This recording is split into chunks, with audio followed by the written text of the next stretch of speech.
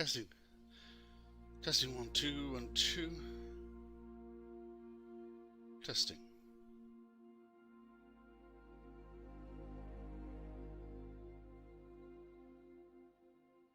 Good afternoon, my little Globdules. How you doing? Welcome back to the stream.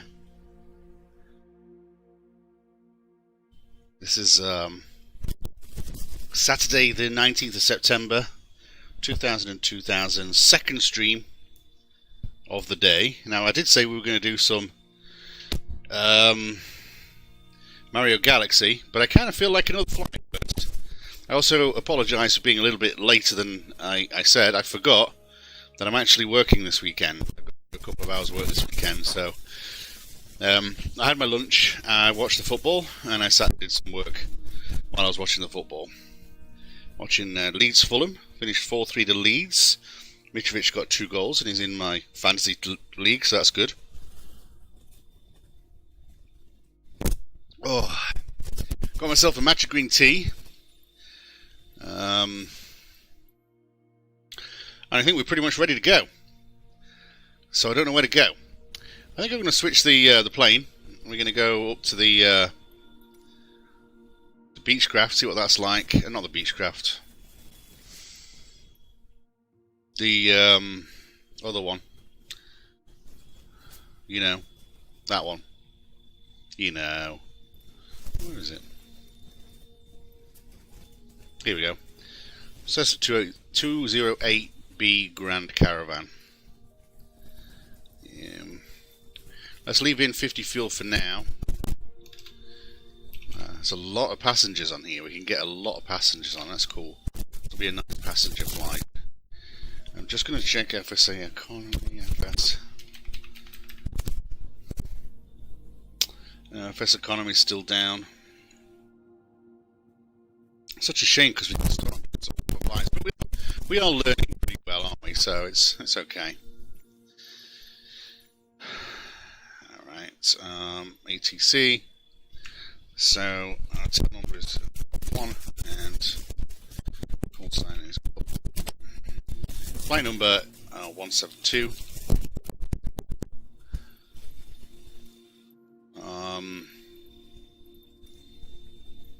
Oh, liveries, here we go. I haven't swapped the plane over.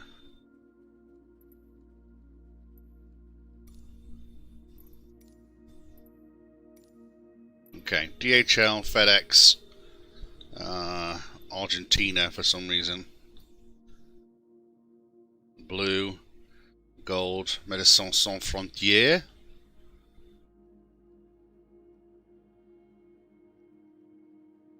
Nature Air. Unfortunately, the names of these... Oh, there they go. They're on the left. Look, Nature Air. What's that? That's Nature Air as well. Which is this one? Civil Air Patrol.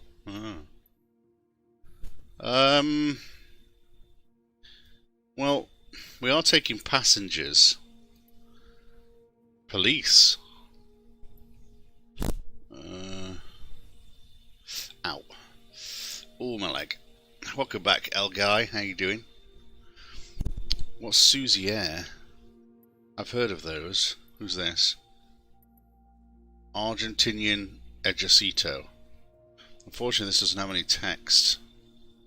I kind of want to go with the DHL route, and we'll just take baggage. Actually, what sort of baggage space are we down? Oh yeah, we've got cargo pods.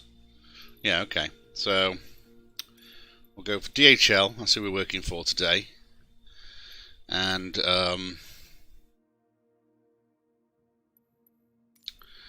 oh, it's changed. Put our weights. That's my weight. That's Bob's weight. And then we're going to have 50 pounds of cargo in each cargo pod. And in the cabin, we'll just put our baggage in there. We don't need any extra passengers. Actually, we might take a little bit more cargo, shall we? So it can take quite a lot, this plane. There we go. We'll just up the fuel. Although we're not going on a long flight, I don't think. There we go, nearly halfway. Centre of gravity's good. Okay, now we need to just choose our journey. I think we'll stick to England while we've got some light. Well, the UK. Probably something like East Midlands is a big cargo,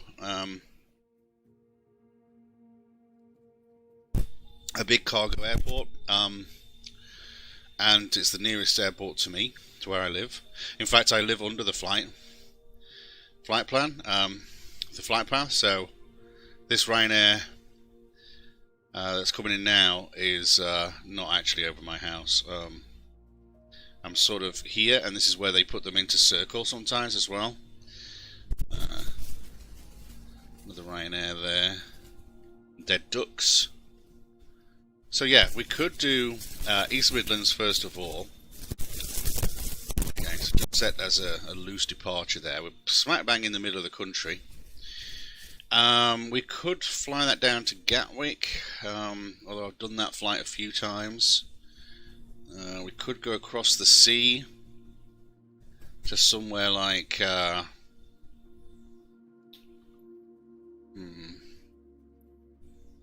Brussels.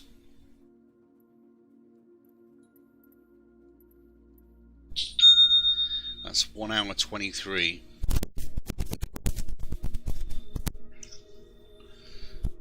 Yeah, just remove that for a second. Yeah, we've got quite good endurance, so we're good. We've done Schiphol already.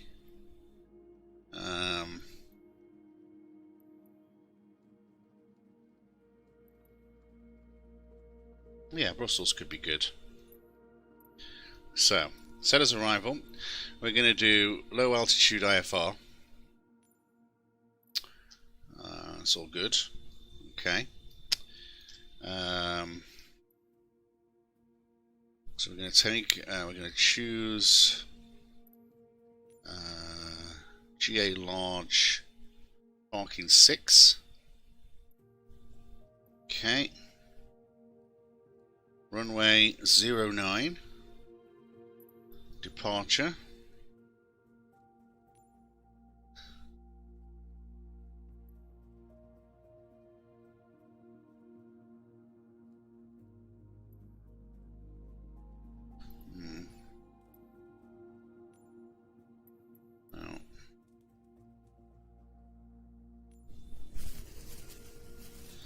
Nope. That's right.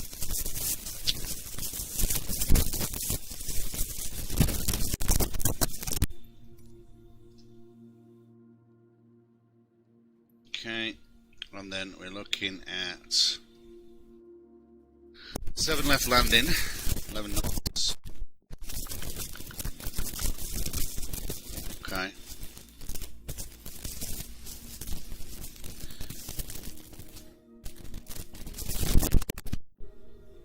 It's interesting.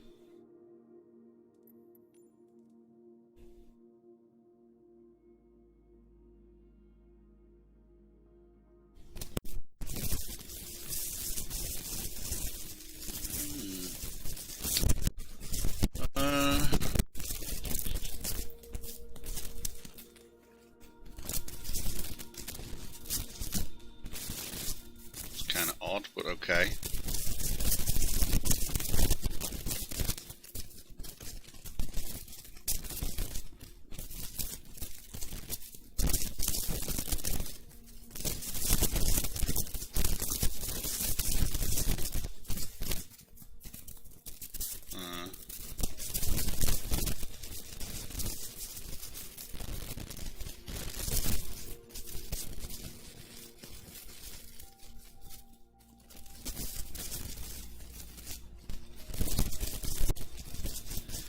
Nice.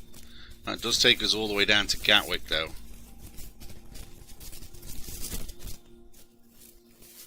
Which means we've got to fly over London, which will be real slow. We have a minimum amount of sea crossing, which is good. Kind of wants to come down here, though. So what's that? Cock 7A all.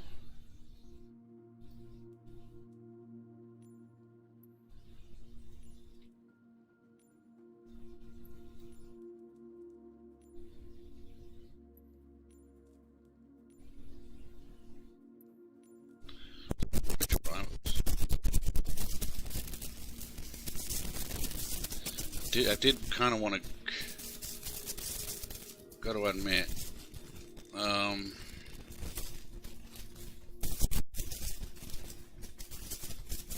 You can see all the traffic using this lane. Kind of wants to use this lane.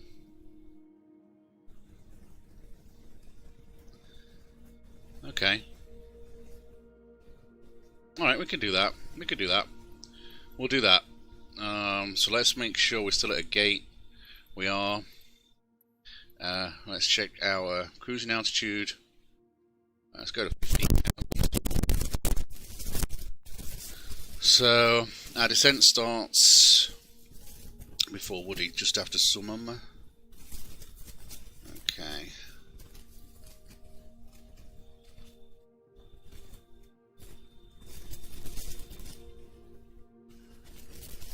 What's this grey line here?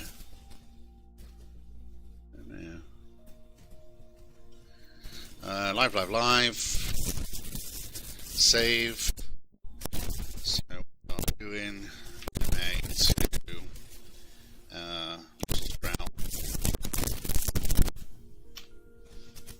Okay, let's put this in the chat. Flying. Destiny patch. Edit.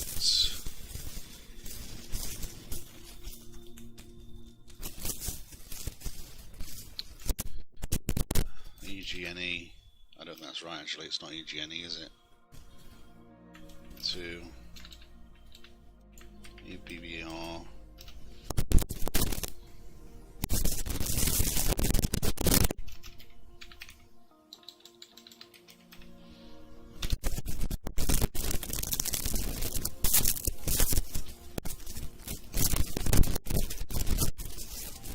EGNX, that was it.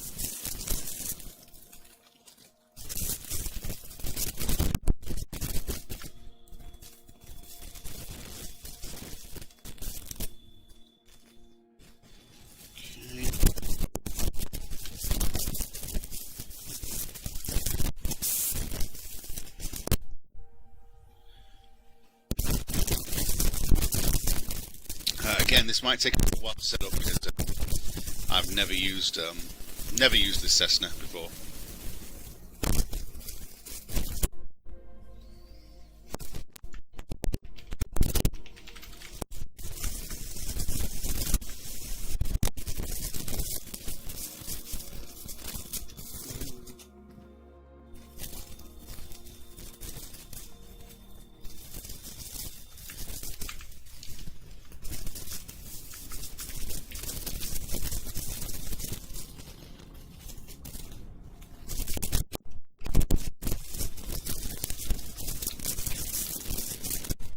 Yeah, that's got quite a lot of luggage, hasn't it? Yeah.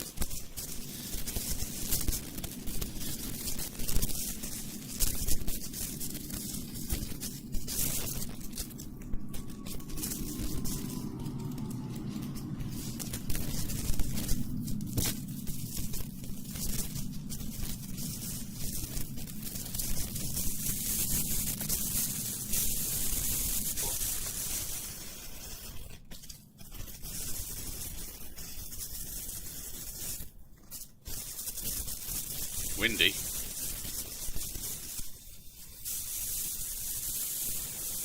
It is breezy here in real life, to be honest. Right over my house.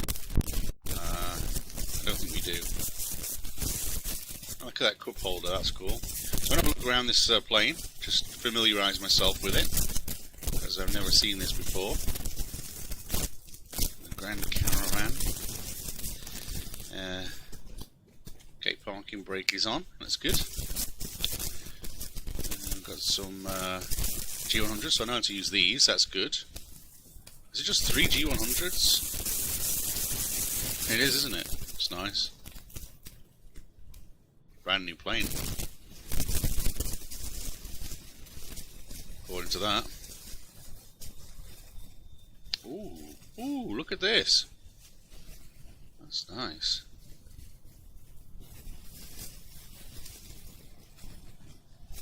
Well, these are all circuit breakers here. We do have power on this side here, though. That's good. Alright. Okay. Have lights here. Autopilot here. Calibration there. Radio. Inertial separator, which I don't actually know what that does. Avionics, so these are dimmers. Alright, so we have throttle control.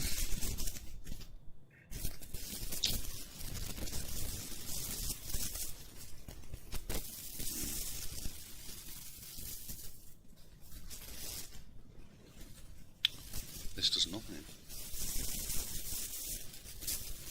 Okay, there is a reverse.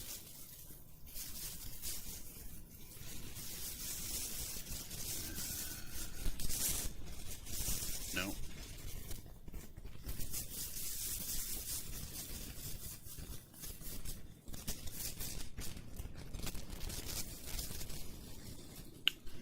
Okay, so this should be fairly simple. We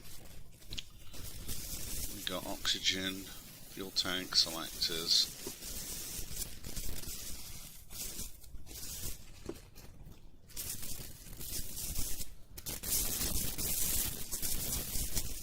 Okay. Oh, is not okay, right. So first of all, let's get the battery on.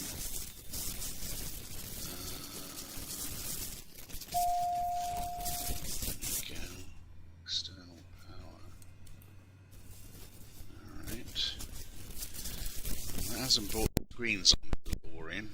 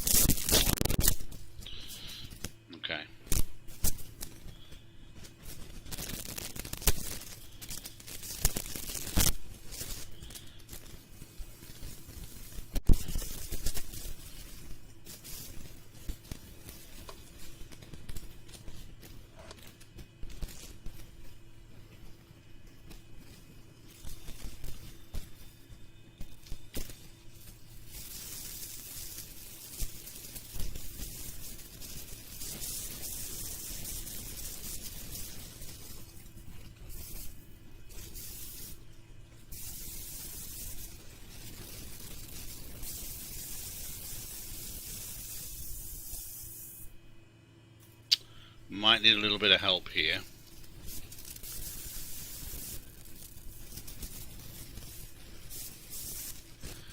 Okay.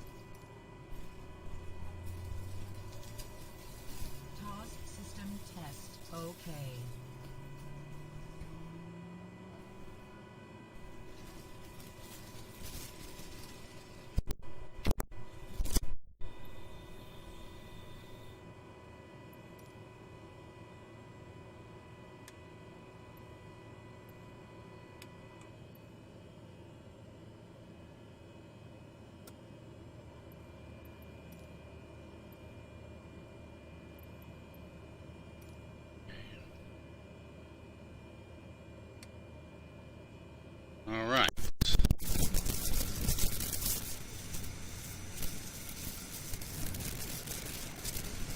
Looking good. Looking good. This isn't retractable. It's retractable landing gear? The front is, isn't it? Just not the sides.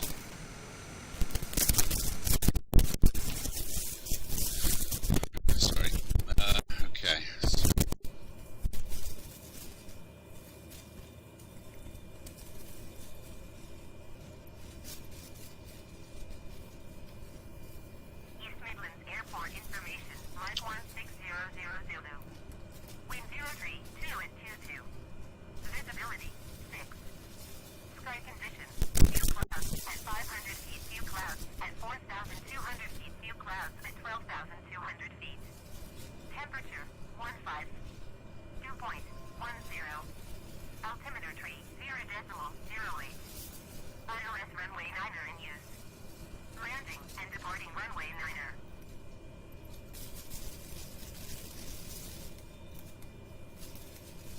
Quite strong.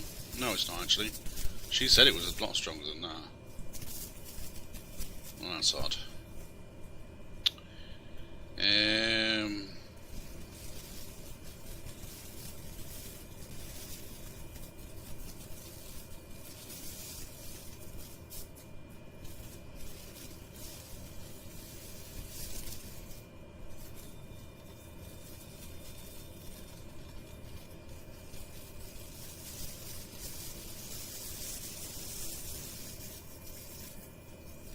I don't know what. I'll just put in 5,000 for now.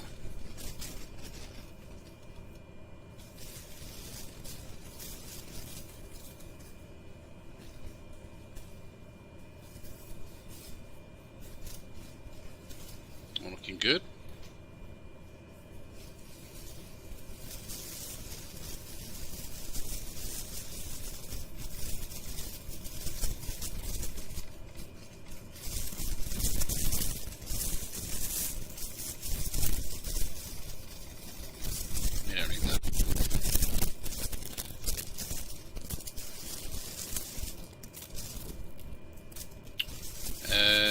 So that's that. Engines ready. Let's file our IFR.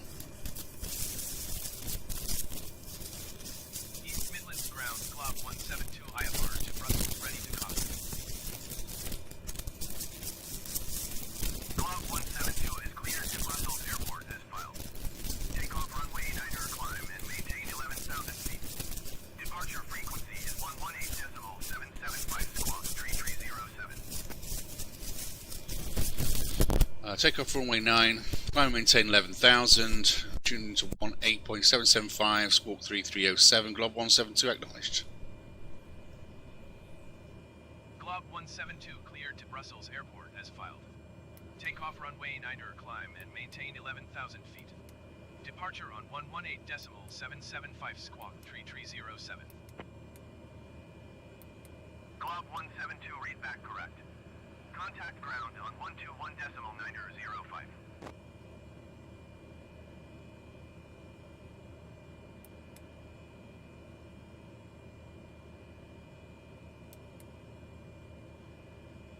Okay.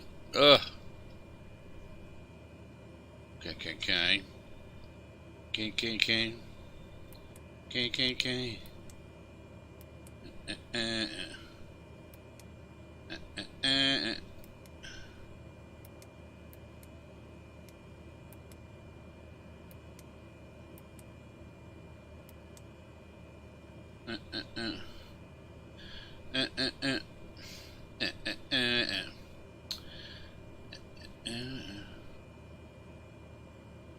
Alright, let's see. Anything else we need to do? These are all in op at the moment. Bleed.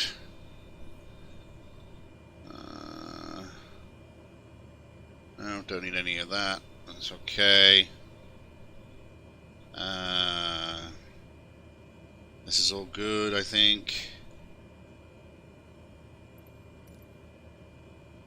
That's all good. Ground, Glob 172 with Mike ready ready to taxi IFR.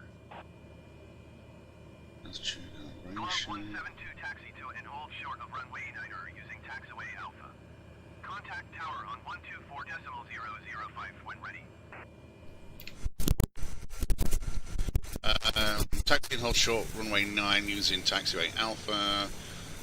Tune to 24.005.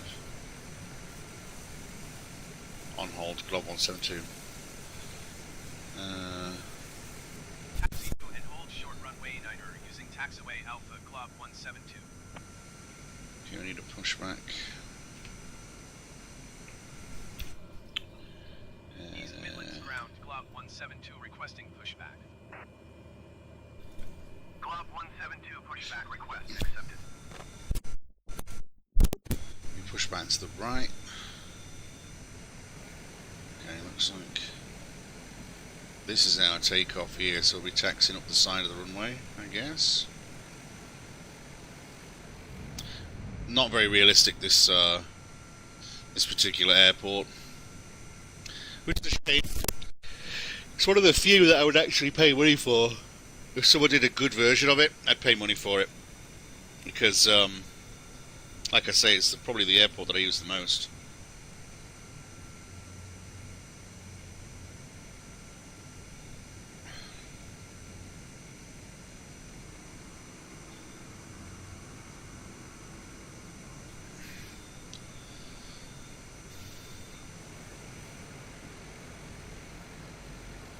I'm going to keep an eye out for traffic. Looks like we don't think we have any at this particular airport.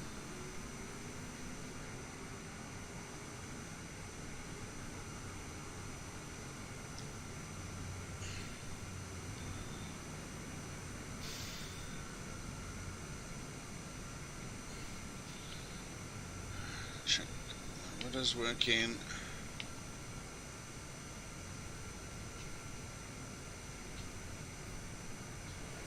Is working okay.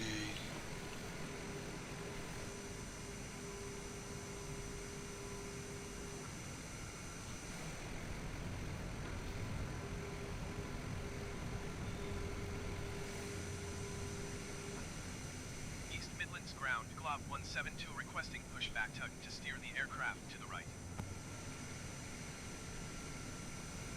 Glob 172, your request has been transmitted to the operator. East Midlands ground, Glob 172 requesting the end of pushback. Close. Glob 172 Close to perfect lineup.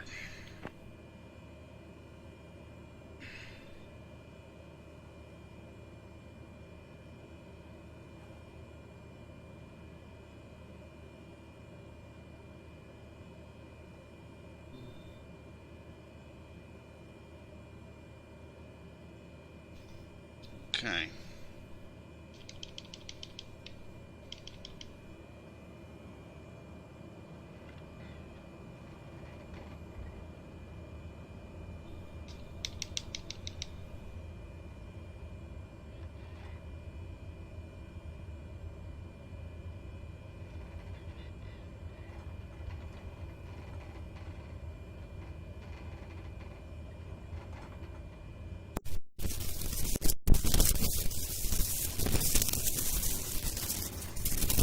Good grief, this is a creaky one, isn't it?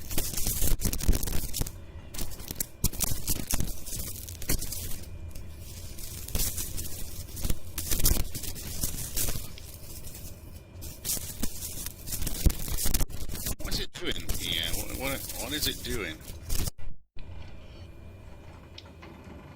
I don't... What the fuck's the runway? Huh, no way. Makes sense.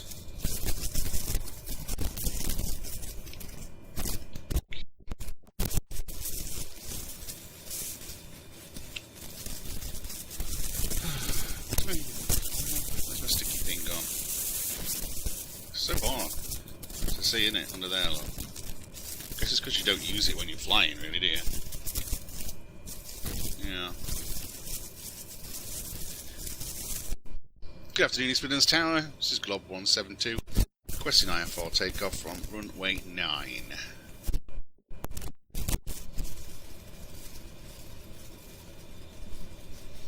East Midlands Tower Glob172 ready for IFR departure runway 9er.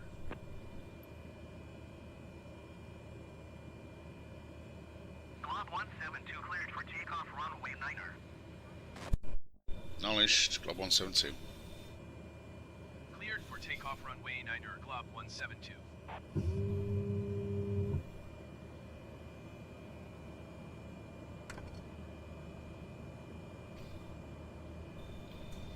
Okay.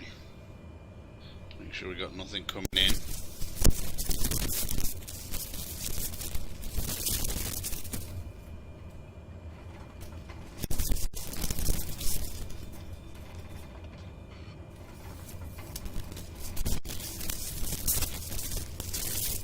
Alright. We'll go straight out.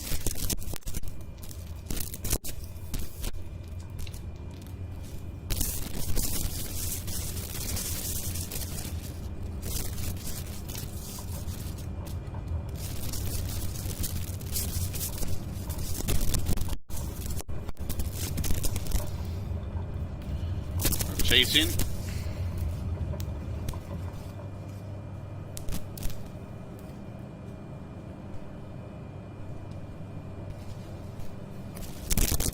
Landing gear.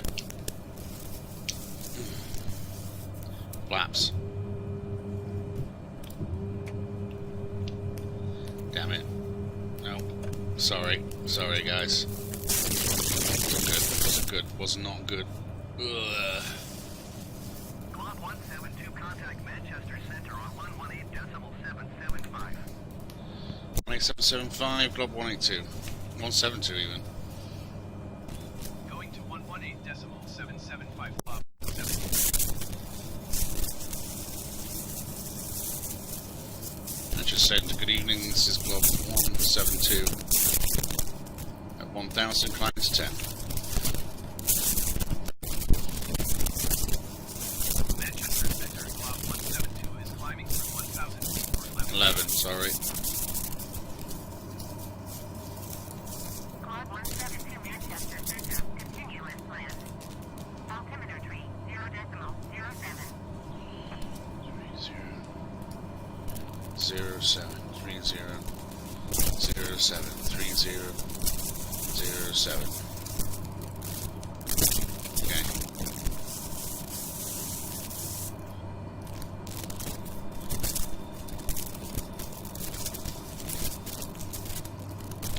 What's that climb rate? 750. Okay, what's our speed? 146.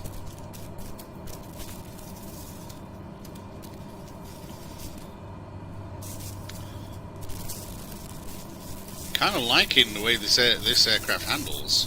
It's kind of nice. It does what you want it to do. Apart from my fluff up with the flaps, my flappy flupple. The problem is that the cockpit's quite. Well, it's very flat. The default view is that. That's the default view. You can't go back any further. You kind of want to see more, you know. So this wheel doesn't retract. Thought it did. So we have to fly with our landing gear out over the hills of Derbyshire and Nottinghamshire. Looking beautiful.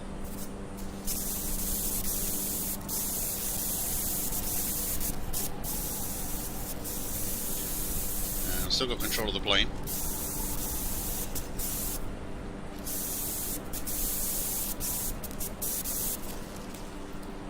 It's a bit breezy, but it's holding its own. I think it's because it's got some weight to it this time. You know, I put some baggage in there, so it's kind of like it's. I don't know, it just feels like it's doing what it's supposed to do. Nice aircraft.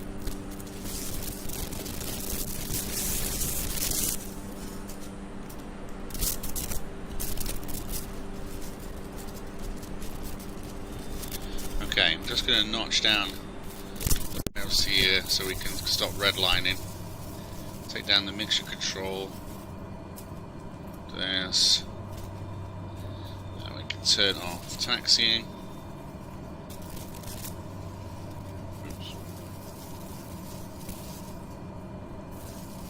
Seatbelt sign can come off.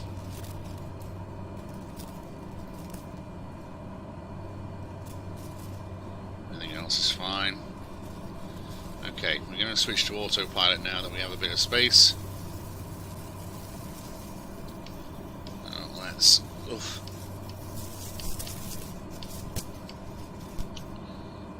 Autopilot, you're down there. Nav. Lock to heading. Altitude select, going to 11,000.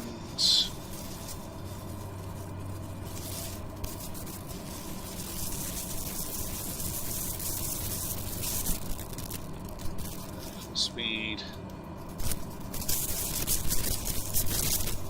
We don't need to go that high actually. That's about it. That's about right. There you go. That's about right. Okay. Altimeter set.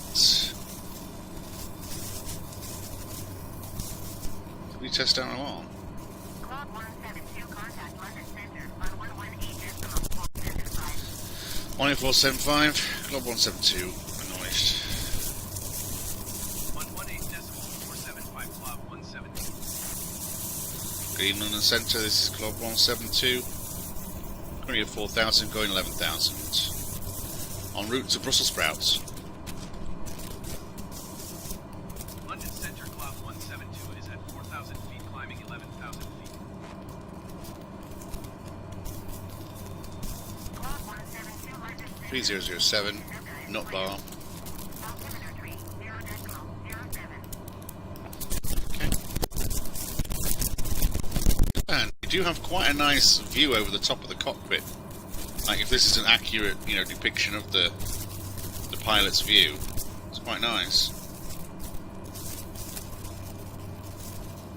I don't feel like it is though. I feel like we're too far forward.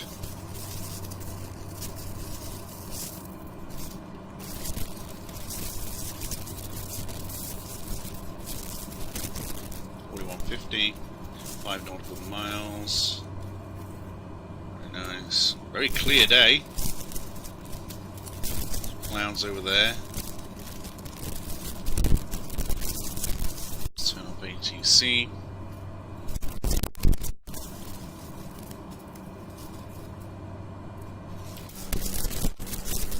London Center, Ryanair, lining 253 is out at 11,800 feet for 10,000 feet.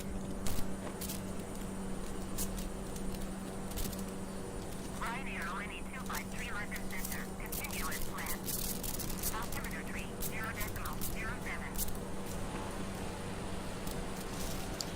So we're heading sort of to the Norfolk area, aren't we really?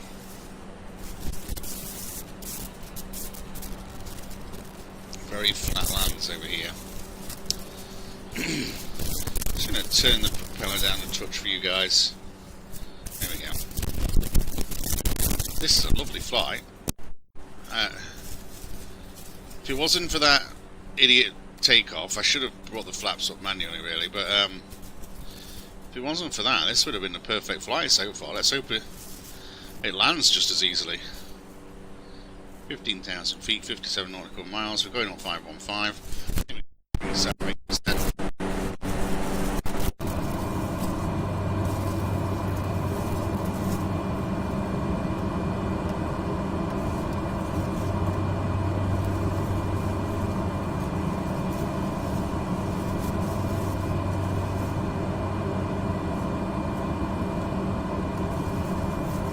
Still redlining here on the tour.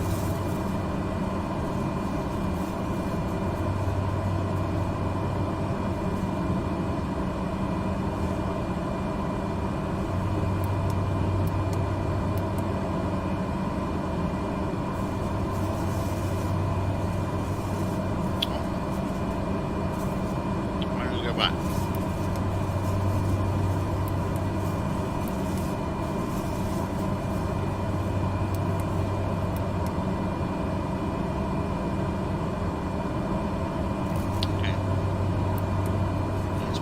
weather.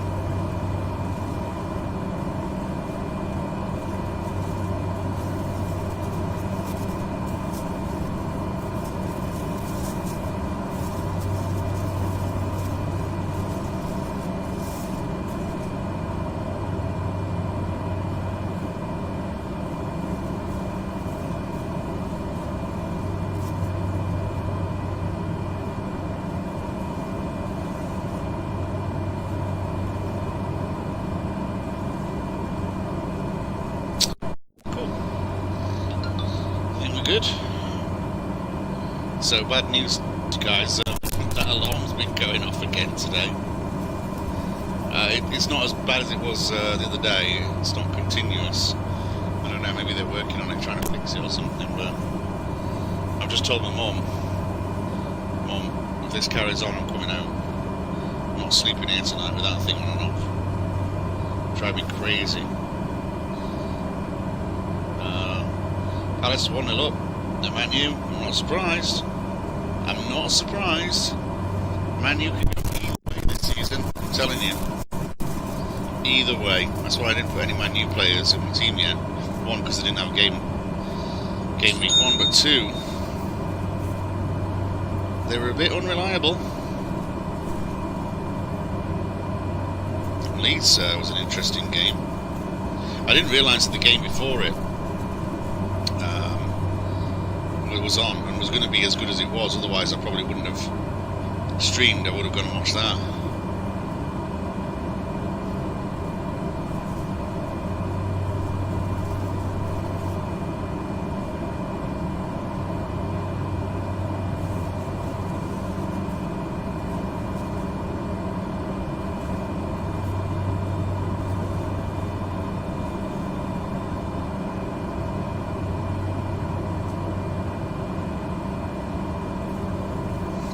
Interesting to see Bale, Jota, signings as well. Oh man, that's made the season a bit more interesting, I've got to say.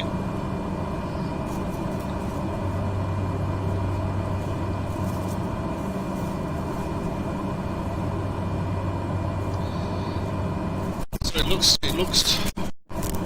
almost certain that we're going to have another 2-week serious lockdown here in the UK, and I don't want to go on talking too much about this. We're not really supposed to. It gets kind of political. Oh, sorry, I've turned it up, haven't I? Sorry, guys, hang on. Sorry about that. It was a bit loud, wasn't it? Sorry. Dean Thorpe. So yeah, I don't want to get too political. But we have a problem now, don't we?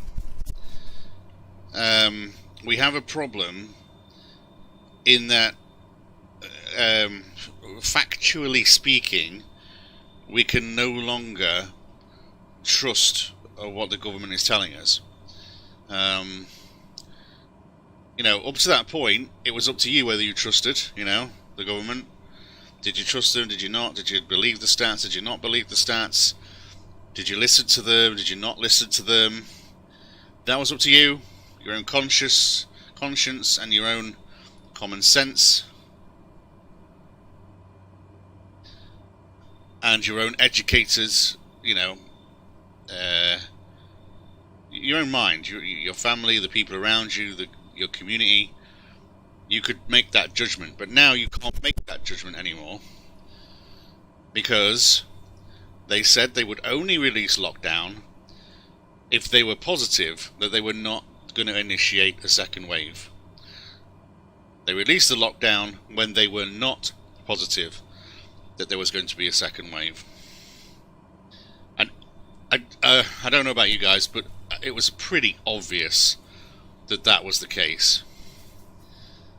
The first steps that they made were quite sensible. Reopening certain businesses, the support bubble structure, things like that. They were quite sensible, they were quite slow-paced.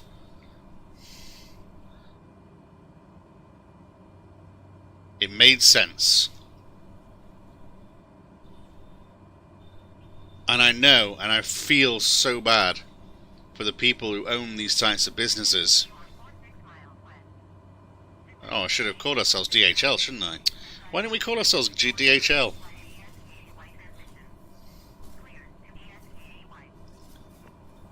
But as soon as they started opening pubs, clubs, restaurants, leisure facilities, recreational facilities,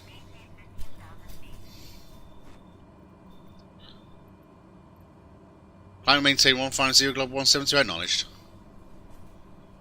Climb and maintain 15,000 feet Glob 172.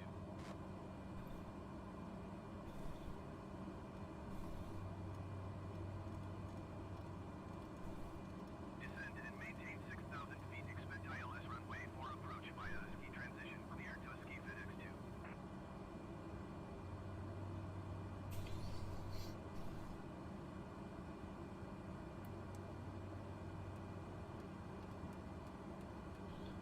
It's another problem with these hooded. I love these hooded cockpits, but you can't see what's underneath them in the game. You have to really bend down. I can imagine it might even be difficult for very tall pilots. You kind of got to get around here like this.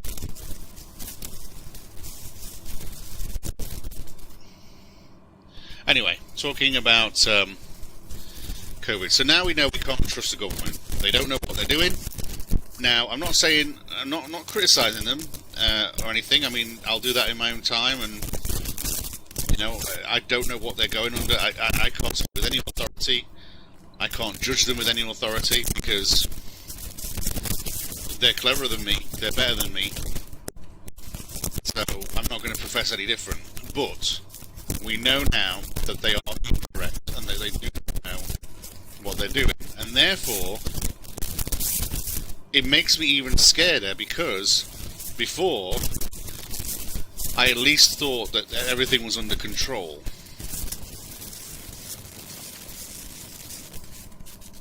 I had the feeling that they were doing the best they can with the information they had at the time. Now, turn our landing lights off now. Now I'm not so sure that's true.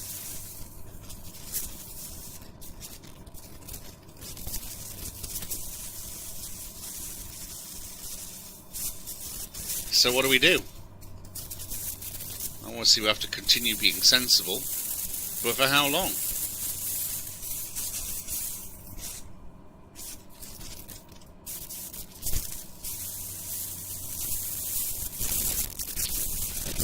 Getting a bit murky up here, isn't it?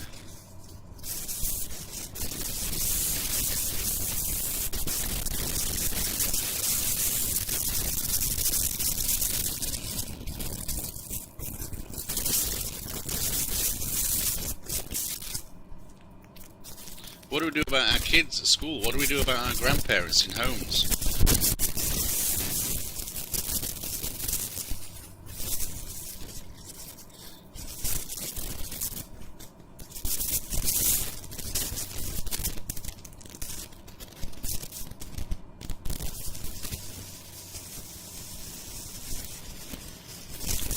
Getting a bit slow here. Although again, that's not a true speed. That 152 is true airspeed, but I don't really understand how that relates.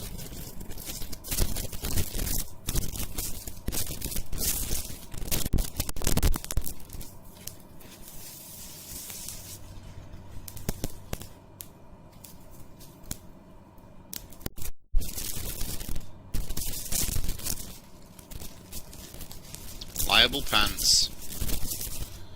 Why do all these guys have numbers after their name?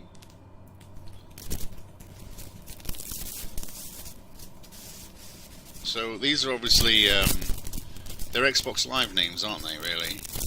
Are they? I can't remember.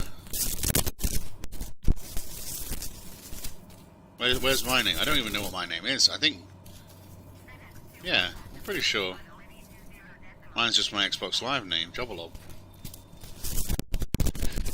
Well, I finished my better green tea, so I'm moving on to my juice. A nice natural stimulant, apple juice.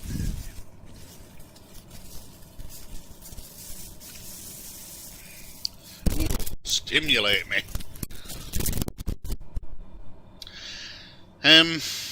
Right, we're approaching altitude.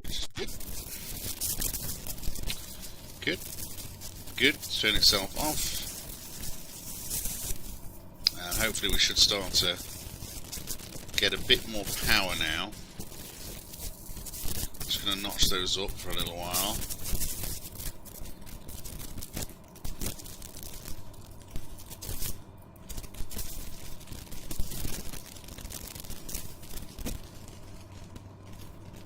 Otherwise it's going to take us forever to get there. Let's have a look at some of these views. Should I roll down the window and have a fag?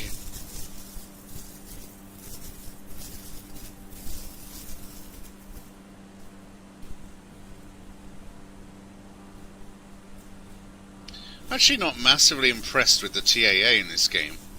I wonder whether there's a way to improve that using the NVIDIA control panel.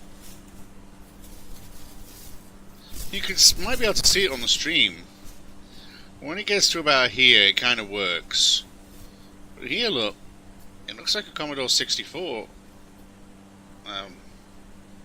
render, like a polygon.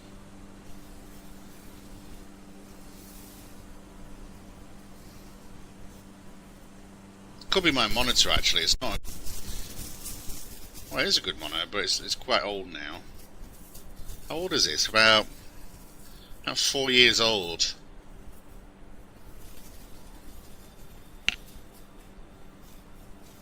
But I think if the monitor was even better, you would see it's even worse.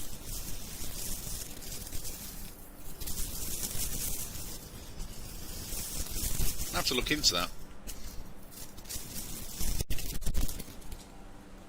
Damn Perry, chasing us.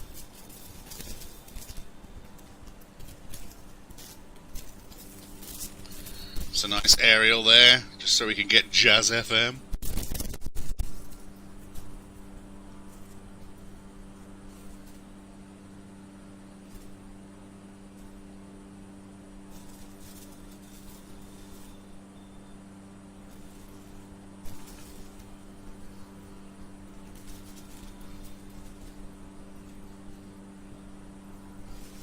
Scroll lock.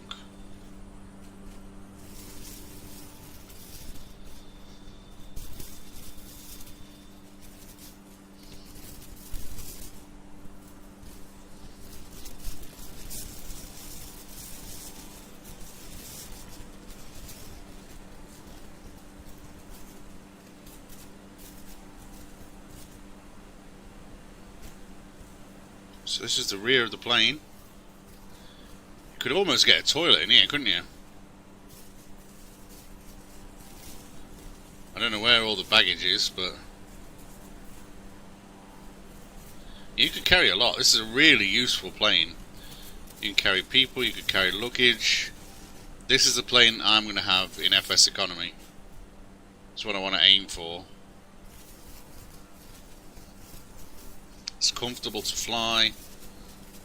I wonder how fuel efficient it is. Good views.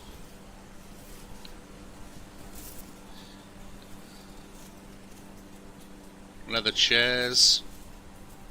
Every chair has its own bolts, apparently. I thought they were USB or something at least. Plenty of space on the chairs. You can talk to each other.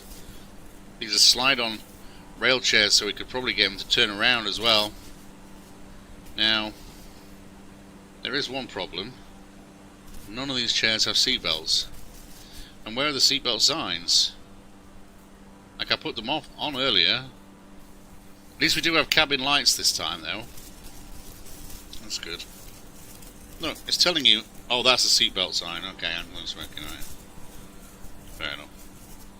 But still, where are the seatbelts? Hey? Hey? Hey?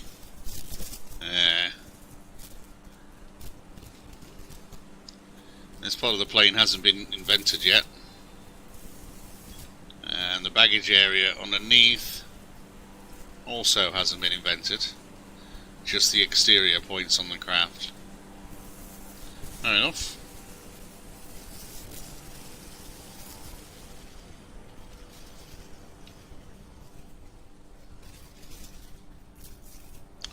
Some traffic over there, look. Okay, it's going past us.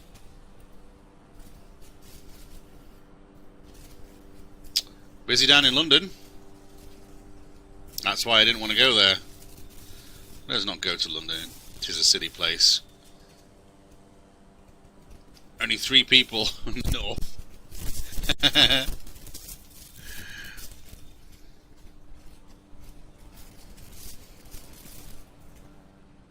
Nope.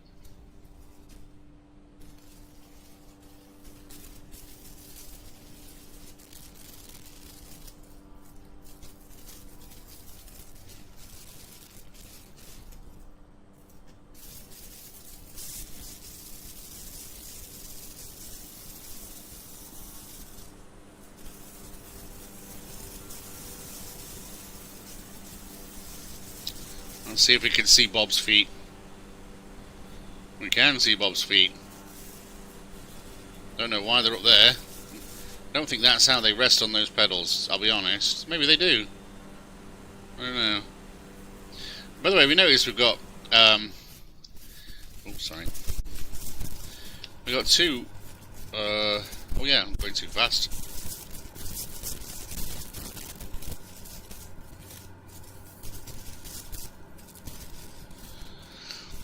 We noticed we've got 2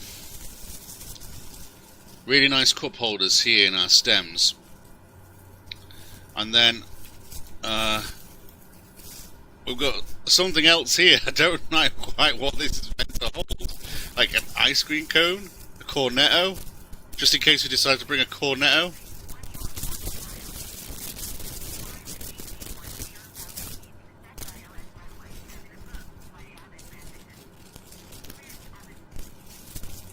And what's this for?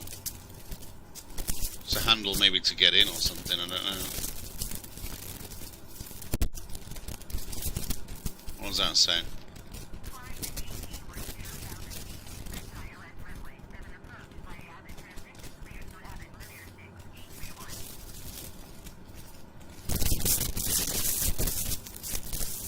Okay, I'm going to make a slight left turn.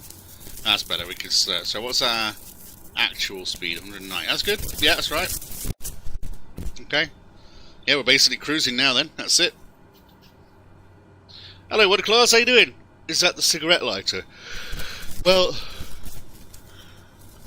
I've got the no smoking sign on, look. But maybe we could wind down the window and we could pop this window here and have a little fag. I don't know. Probably not allowed. Probably not allowed. Poor old Bob's disappeared. Gone for the wee, probably.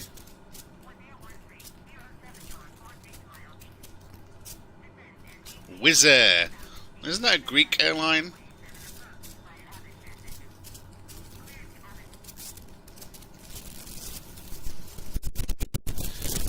You're good, that's good. You having a nice day? Are you playing this at all, Wonderclaws? I think I asked you that the other day, but I thought this might be something you're into. I'm doing alright, thanks, yeah. We're doing a flight from East Midlands Airport to Brussels International with DHL cargo. We're taking about £600 of gear. no passengers, just me and the co-pilot. Daytime flight, conditions are good.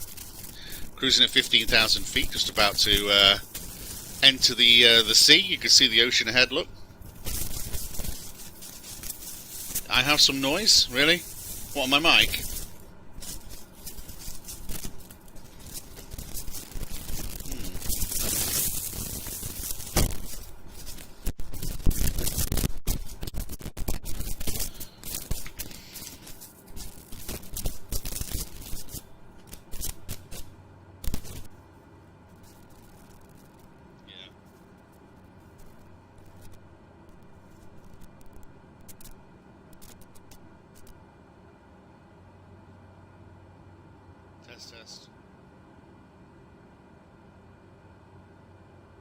Test. There we go. Sorry about that.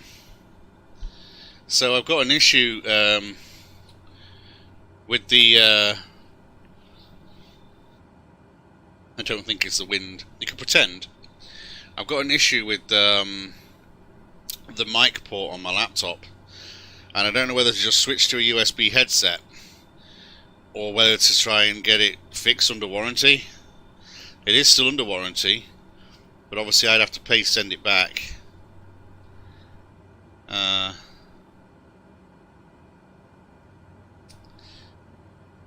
It's not a collect and return.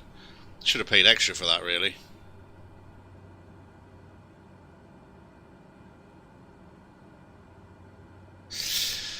I don't know. I'll do some tests, I think, this week. Traffic at our 10, about 4,000 feet. It's fine. Nothing on radar, but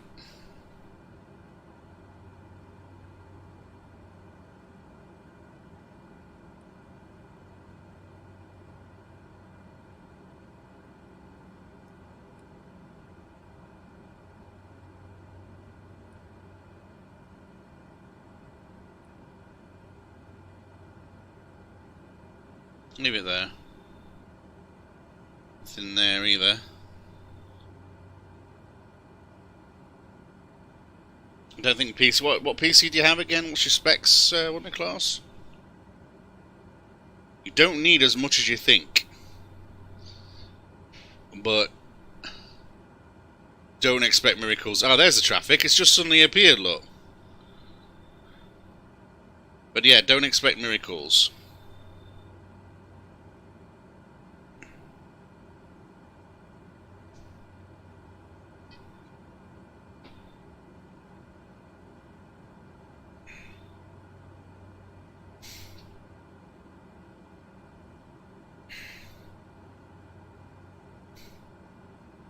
Those two have come close together over there. There they are.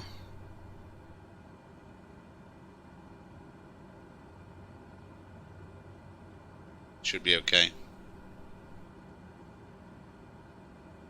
Because mine's not very good. I've got mine's just a work laptop. That's all I'm using at the moment. I am going to be buying a new PC. My other PC with the 1070, I don't think the processor is going to do much good. It's an old i7 4990K, is that right? I can't remember what it was now. This is only an i7 94. Well, it's basically a 9 i7 with it's only got 16 gig 3200 RAM, and it's only got a 1660 Ti in it as well. 2300 2.8 with 8 gig. Yeah, okay. That probably will struggle. You'll need a 4 series chip and 16 gig RAM minimum. Really. Never mind. Never mind. Soon, mate. Get one of these 3080 machines. They're so cheap. They're just not available at the moment. I went to buy one on launch day, and the cards had run out in 30 minutes. So I haven't got one.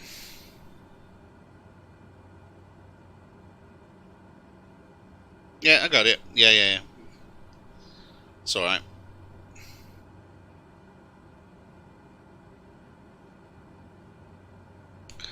.660s were good cards, weren't they? I had a 660 Ti, which were actually quite rare. 660 Ti's. They were good cards. I think... Has my brother got it now?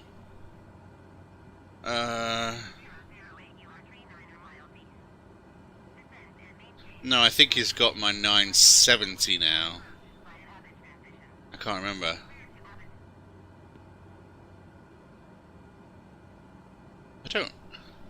I don't think he's still got a 660 because he plays a lot of modern games pretty comfortably.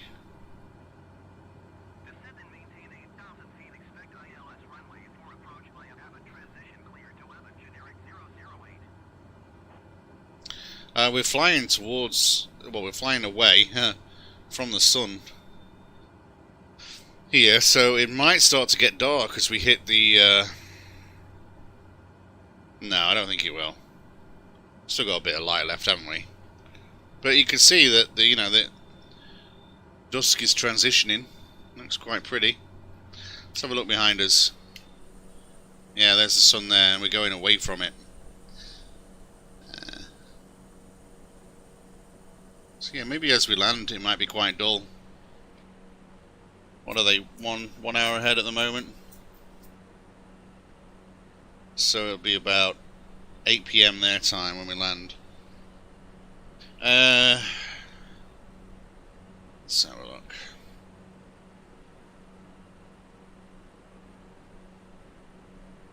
We were just talking about the virus. How are you doing with it all at the moment, Wonder Claus? You alright?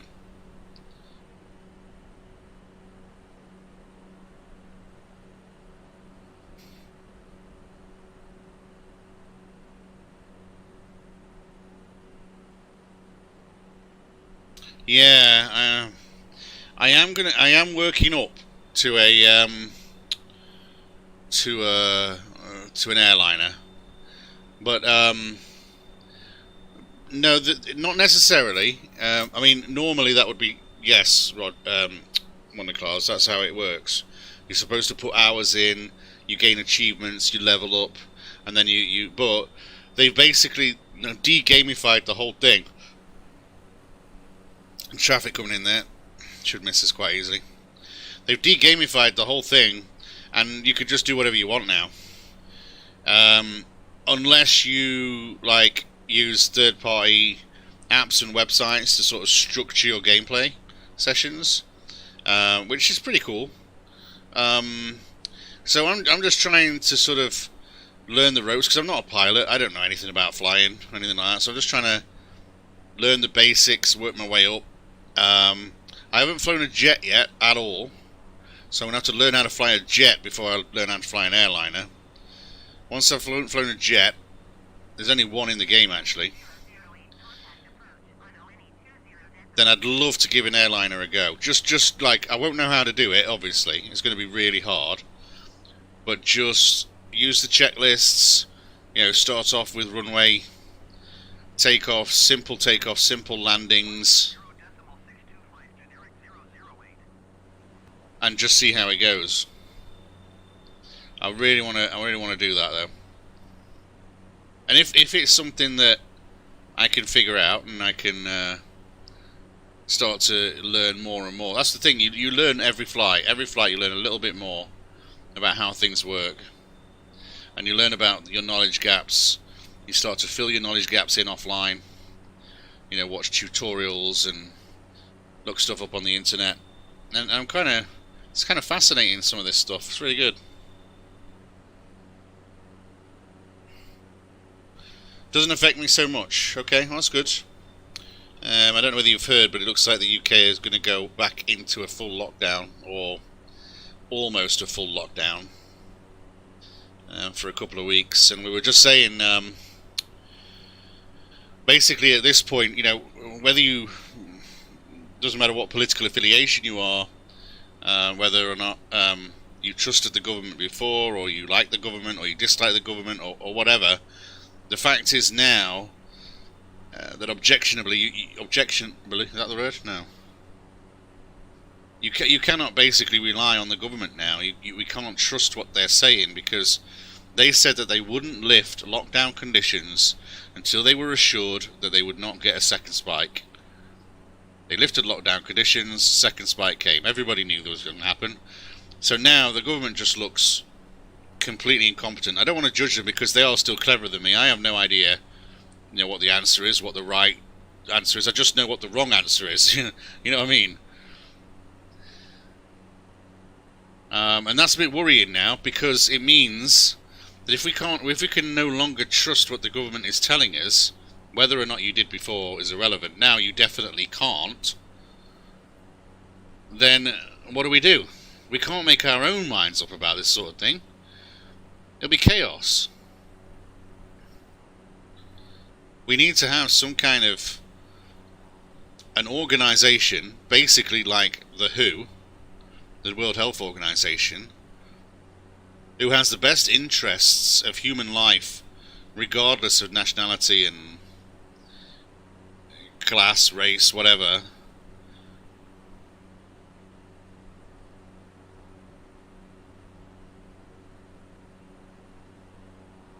But then it gets too political, doesn't it? I guess you should try and turn off the help system slowly. I don't have any help systems on, actually. I have very few. I have taxiway because I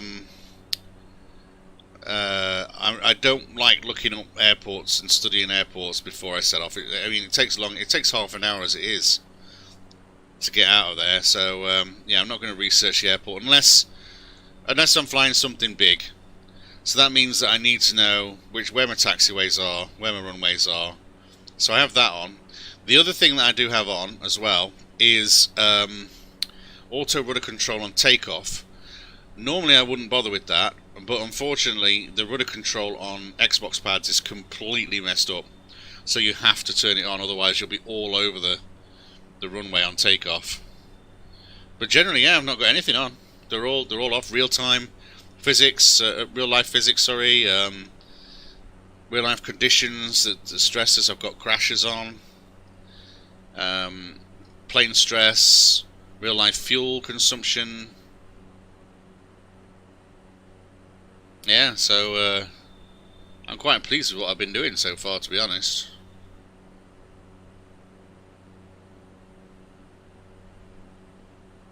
Oh, these are technically a difficulty thing as well. You could turn these off, like all the points of interest and like that. But I kind of like it for the stream. I think it helps that, I don't need it, but I think it helps the stream to look a bit nicer, be a little bit more interactive and engaging. So I'm not exactly sure where we are. This is here. It's Norfolk, isn't it? Around here, but I don't know the geography of Norfolk well enough. I know Wells and Sandringham, Sheringham. That's it. Cromer, a few other places, but I wouldn't know what they look like from the air.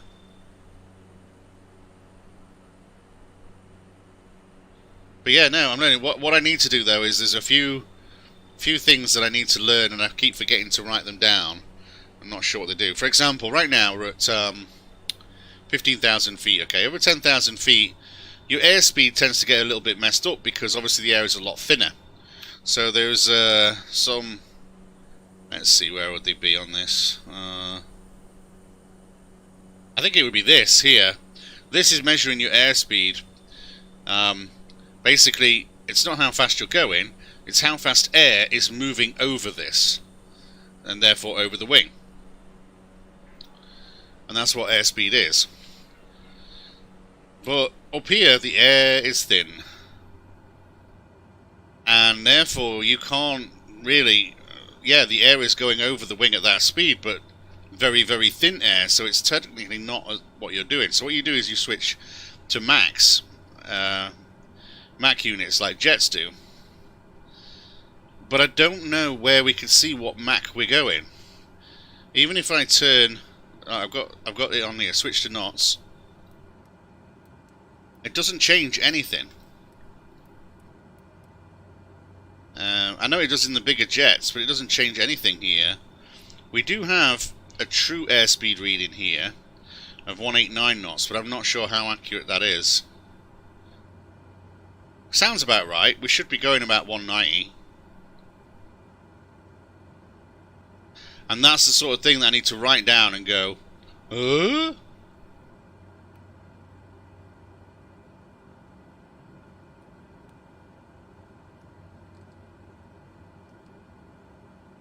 Oh, it's now. Hang on.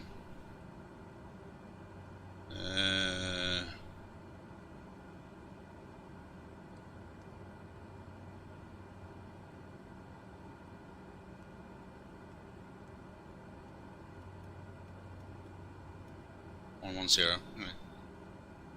9 nautical miles to Logan. It's the name of my new nephew.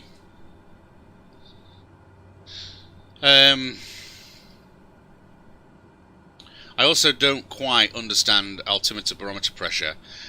I kind of get, I know about air pressure, right? But I don't understand how barometric pressure could change the altitude that you're at. I need to learn how to figure that out. Yeah, exactly, Wonder Claus. Yeah, that's what I'm a bit worried about. You can skip a lot of it in this game, though. That's what I'm thinking. To begin with, we could just skip a lot.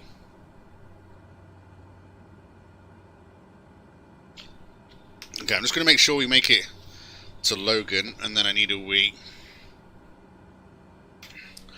Yeah, say goodbye to the UK. Looking absolutely gorgeous there, that coastline.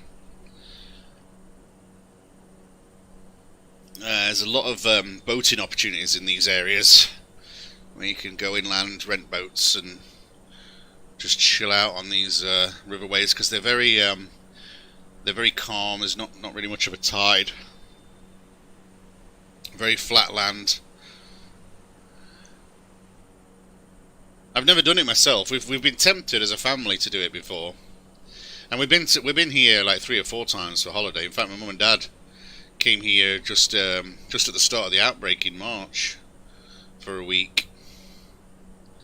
Looking real nice though, and can't really see the sea very well, can we?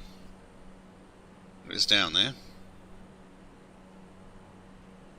So I've got to write all these things down and start doing a little bit of learning. Also, there is a way using the G1000, this screen here, of actually setting up a full flight plan. So I don't even need to set the flight plan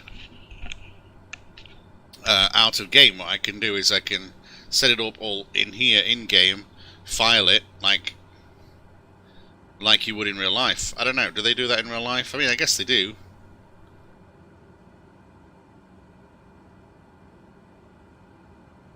But this is hard.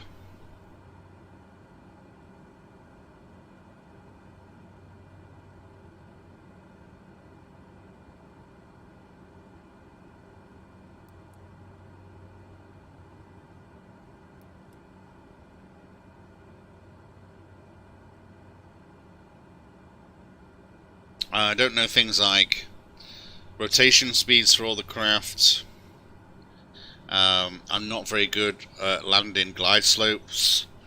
I keep forgetting the papillites. Way round, I think it's white is high, red is low, right? I think.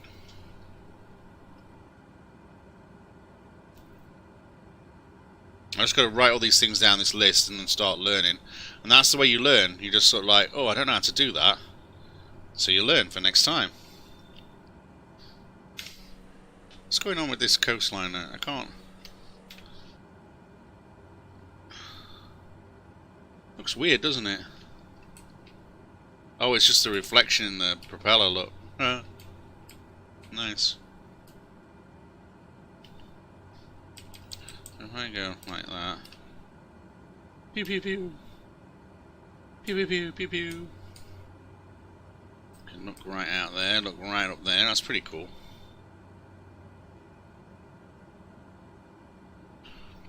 Very realistic. Do you think if you mastered this, you'd be able to actually fly a similar plane?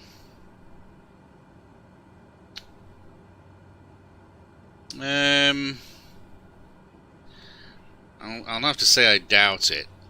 I think I would have the confidence to try, but I would doubt it. When you're messing with fuel mixtures and you're not sure whether things are automated or not,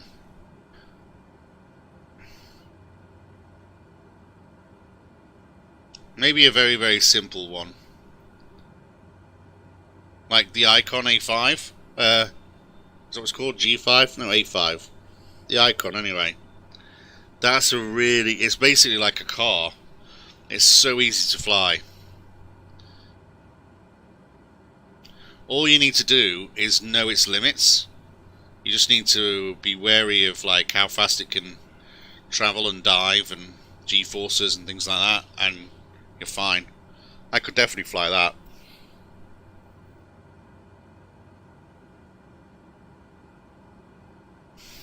But you don't know how a plane feels in real life in your hands, do you? You know, I'm not using a yoke right now. So if I turn the autopilot off, I have no idea how the plane would feel. What happens if I got like a waft of air or some turbulence? You know, you watch videos of pilots flying and they're making adjustments all the time. I just couldn't do that. I haven't got the muscle memory to do it. I'd have to learn properly.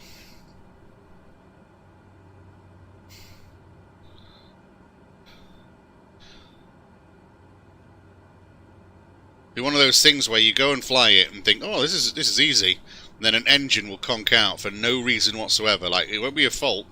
It'll be something you've not done correctly. You haven't fed the fuel through. You haven't shut it off properly. The mixture's all wrong. It's frozen up. It's the wrong type of fuel in there, or you know, something will go wrong. One engine's gone. Well, then what do you do?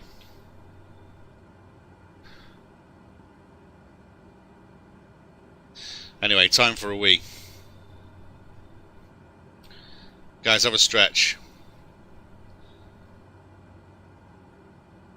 Be right back. Oh, let me know if ATC gets hold of me, okay? I'll be right back.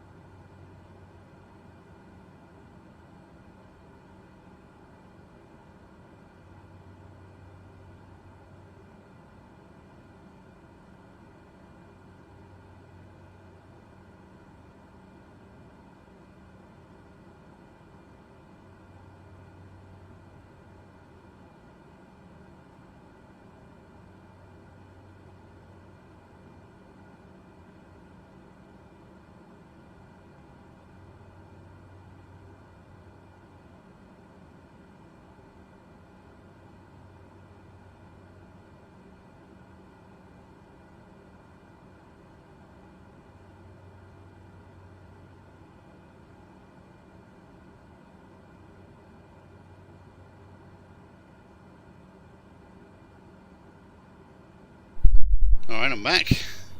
Thank you for waiting. Welcome back, everybody. How you doing?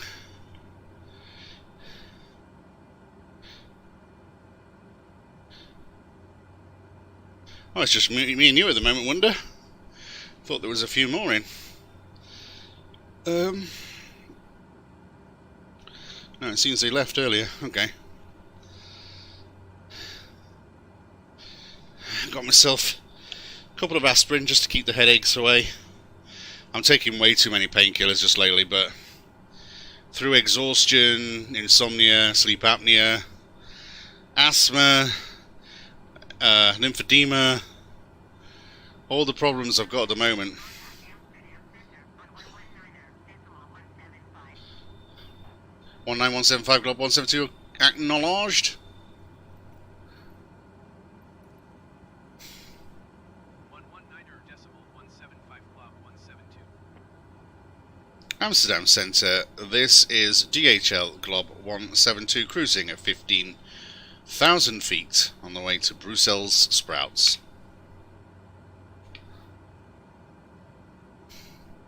Amsterdam Center, Glob 172, 15,100 feet. Globe 172, Amsterdam Center, continuous. 2998. Decimal 908.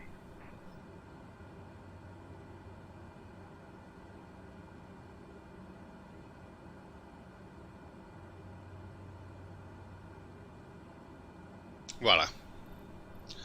Can I have my Victor Vector? We need clearance, Clarence. Roger, roger.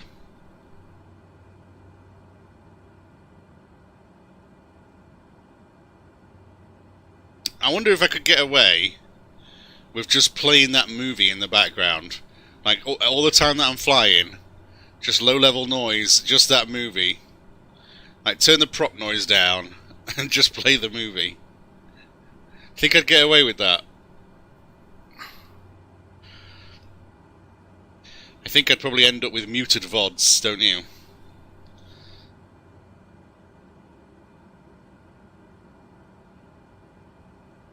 It'd be so cool, though. At least the soundtrack to it.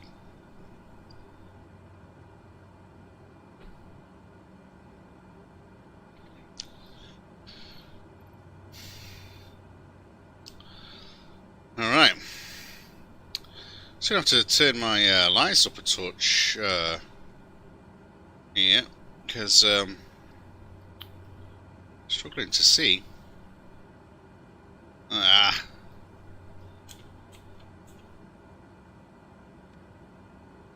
That's right. That's good.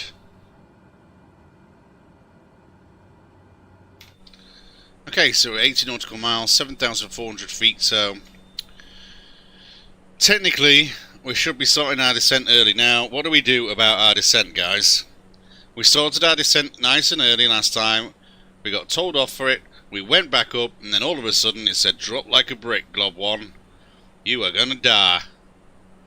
We need to halve our altitude within 80 miles.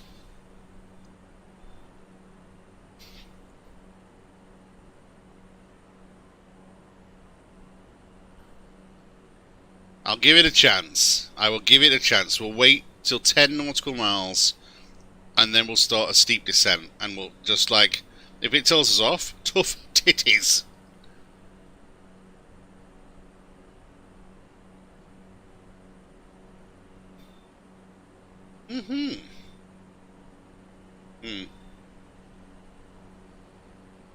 This is a real problem. This is a real problem. Like, why does this exist? Why do the nameplates exist? Why do they not give me more information? Why do they overlap? The only reason for them to exist is in case I want to see people, like friends. Like, oh, there he is. Yeah, let's go over there. But they're overlapping. I can't tell who those are. I can only tell their elevation. I can't tell how far away they are. I can't tell what nationality. I can't tell their course.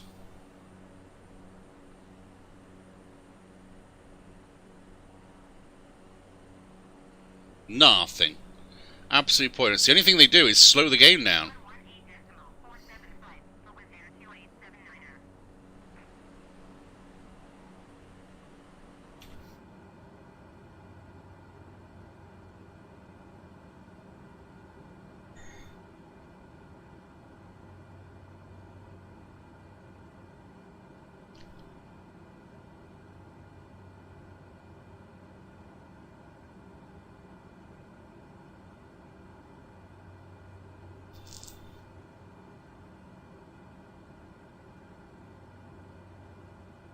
I still haven't really done any multiplayer flying. Me and Skash were going to do some bush flying. No, just never got around to it really. I got traffic ahead. He's dead ahead as well. He is at 20,000 though, so we're okay. As long as he doesn't dive, we're fine.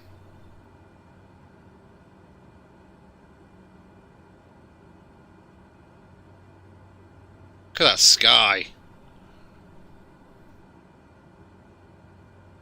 So another one of those things, right? Again, we're not going to talk about religion or politics or anything like that, but even though that is a completely natural formation, like that hasn't been formed for us or made for us, that colour is completely natural, the way everything's reacting against each other, and the clouds over here are completely natural and random. And yet somehow it's hard not to believe that has been made to be beautiful for us. Same with coastlines, mountain ranges, things like that. It's like, okay, they haven't been formed by any one individual or a deity or anything like that, but even though they're completely random, they're still almost perfectly designed to be optimally beauteous in our eyes.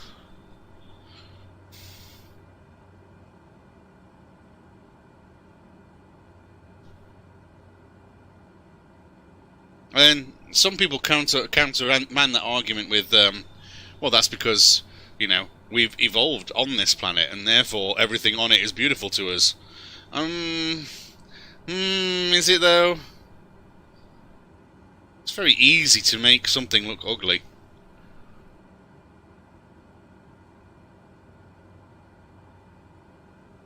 When it comes to the natural world, it's all just so beautiful.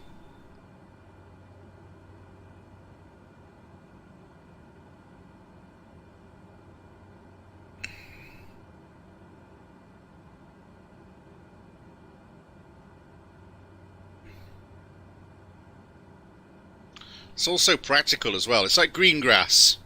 So green grass looks beautiful, doesn't it? It's amazing. We take it for granted, but it's amazing. It doesn't need to look beautiful. But if it was other colours, obviously, there's that myth, isn't there, that if grass was red, we'd have gone crazy and we wouldn't have even evolved and we wouldn't have survived as a species and things like that. It's only because it's green that we've managed to survive. It's like, yeah, but it's beautiful and practical, so it's a little bit weird. What am I talking about anyway? I'm just talking nonsense. It's the aspirin. It's getting to me. Too much aspirin.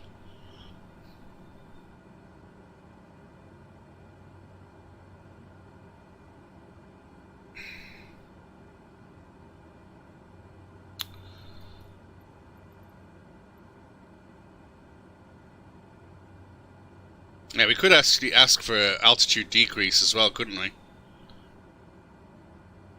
Yeah. Still a way to go yet, though. It looks like Appleby Danny is moving, but he's only 161 feet. But it looks like he's moving quite fast. No, I think it's an optical illusion, actually. He's stood still, isn't he? Beauty is in the eye of the beholder. That's lovely. Oh, wind farm down here, look. I can't really see them properly, it's a bit too murky. That's cool. If I remember right, there are certain parts of the UK, sort of off this coast here, where you could see this wind farm on a clear day. There's traffic. Oh, is that a boat? I think it's a boat, actually.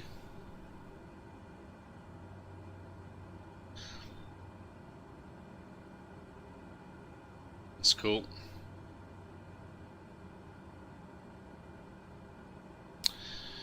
Do you remember Eye of the Beholder? That was a great game, wasn't it? Yeah, it looks like he's a little airport down there on the coast. Well, beauty is in the eye of the beholder. I think that's very true. I think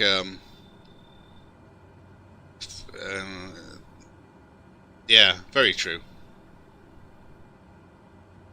However, I think it's safe to say that the majority of us find a sunset like this, with the stars already started to come out, those colours. Look at it. I don't think we can argue how beautiful that is. Unless you're colourblind. Or blind. Moon in the waxing gibbous phase. I don't know if that's true or not. Just wanted to say waxing gibbous. Was it gibbous? Help me, gibbous. Help me, waxing gibbous. So is this, forgive my ignorance, but is that Rotterdam? I probably just made myself look real dumb there.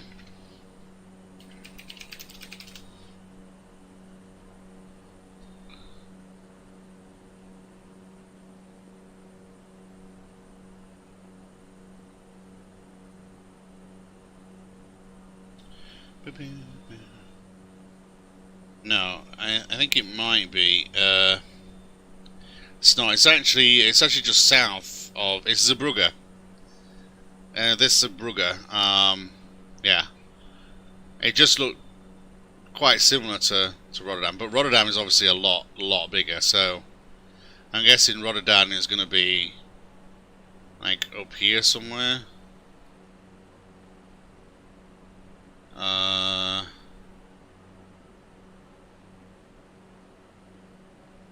No, it's probably even more further north, isn't it? Probably even up there. I'd love to fly over the dockyards though, see what they look like. Yeah, it's much bigger than that, isn't it? Of course it is. Still, the Zeebrugge ferry, you know, it's quite a popular ferry terminal to go over to the UK. I still remember the Zeebrugge ferry disaster. It was very off-putting. It happened just before I was about to go on a ferry as well, on holiday. We're going to Brussels.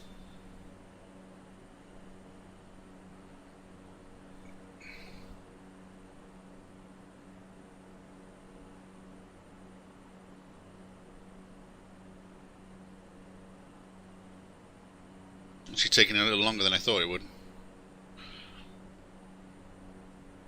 I'm not going that fast, mind you. Could speed up a bit, I guess.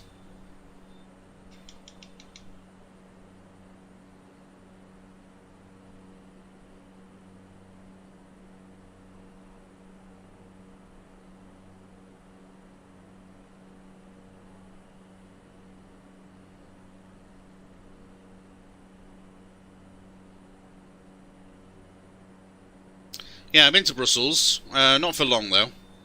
Didn't really like what I saw, I'll be honest. But only stayed there for a very short time, just waiting for another train.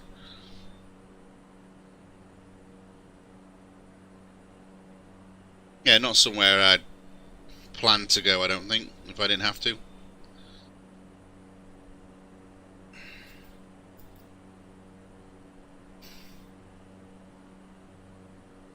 I've got to admit, I'm getting the travel bug just lately. I travelled a lot when I was working for Blizzard in Europe and America, and I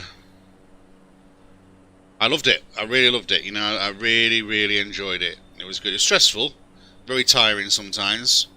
Oh, some of the Gamescoms that I did at Cologne. Oh, they were awful. Awful times. But anyway, I still enjoyed the travelling and visiting the new places and meeting the new people from different games companies and things like that. It was really cool. I remember I met David Brevik at one of the Gamescoms. That was fun. We got on pretty well, actually. He was advertising Torchlight 2, I think, at that point. Torchlight 3's out now, isn't it? I haven't even played that yet.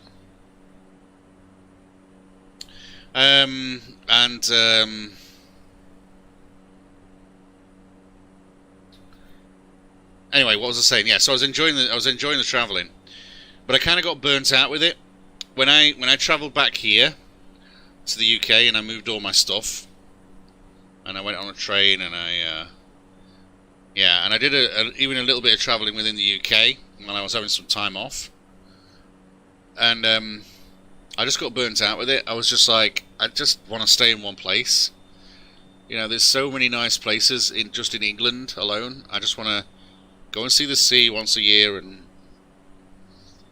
see my parents and see the rest of my family. And I was happy with that, but now I think with being locked up for so long, I'm kind of like, I really do fancy getting out there a bit. Not quite sure where, to be honest.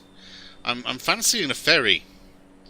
Maybe across to Ireland, maybe even to here, to the Netherlands or something like that. Getting a ferry.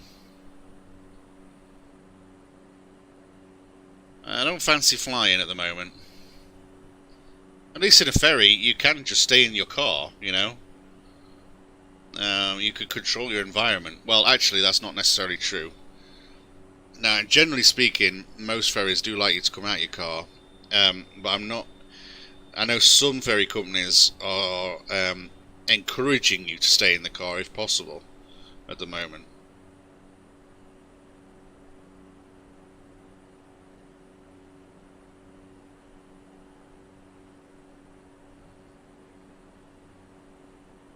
But then it's whether you're going to have to quarantine at either side, isn't it?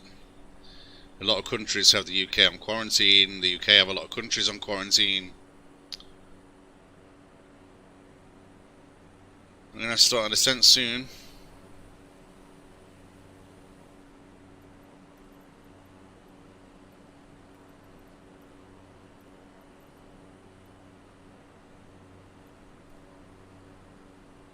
Amsterdam Center, Glob 172. Request 11,000 feet. Globe 172 descend and maintain 11,000 feet.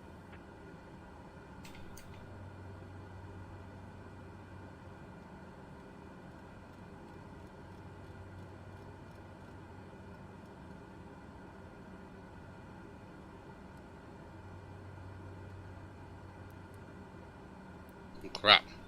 Globe 172, did you copy? Block 172 descend 1100, acknowledge.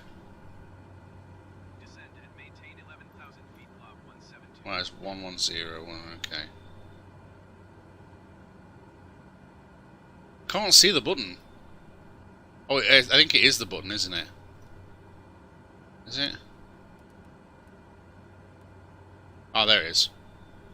Gotcha.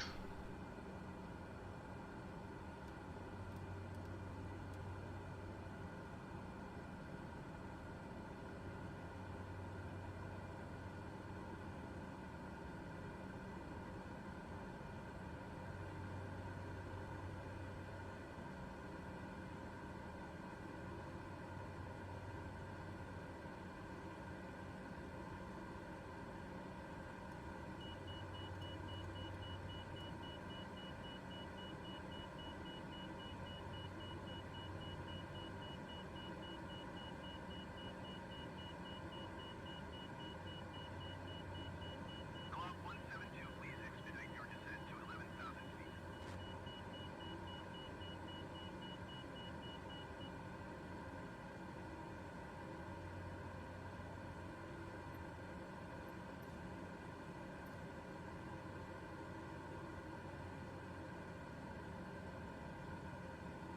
How do I slow this thing down?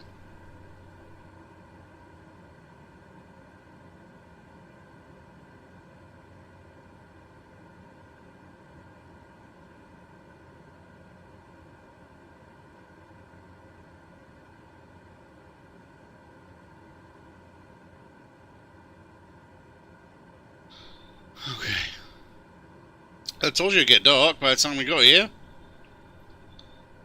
Definitely.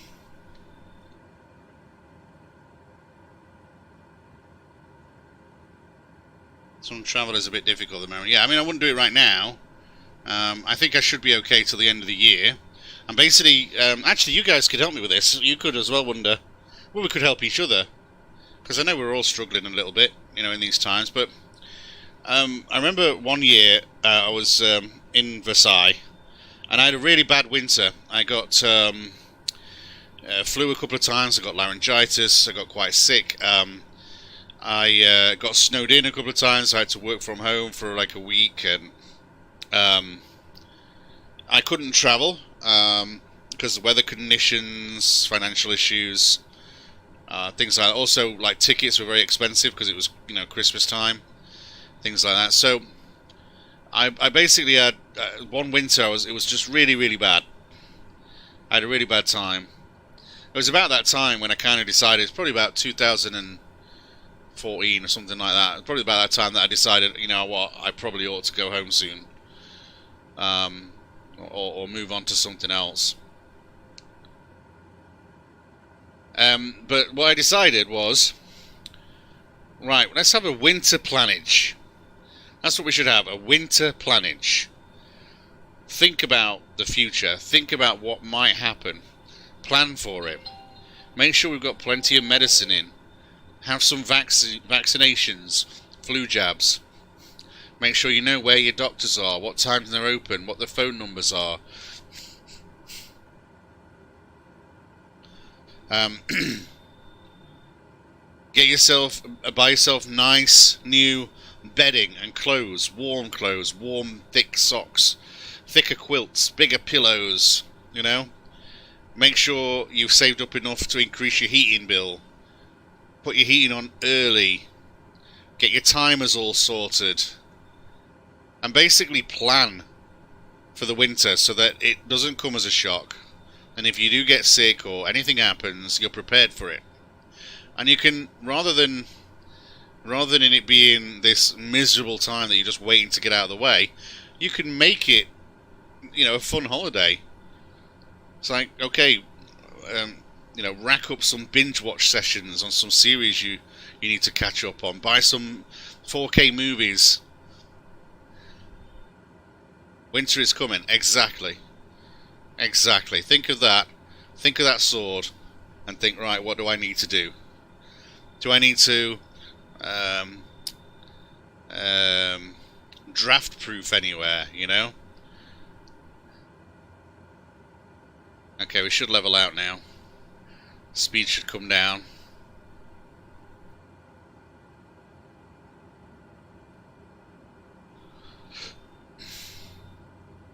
You've got to watch this thing on the way down. It runs away with you. I could put flaps down, actually, to be fair. It's not like it's a big deal, but... I just realised we're below... Oh, we're not below 10,000. I will put my landing lights on, though.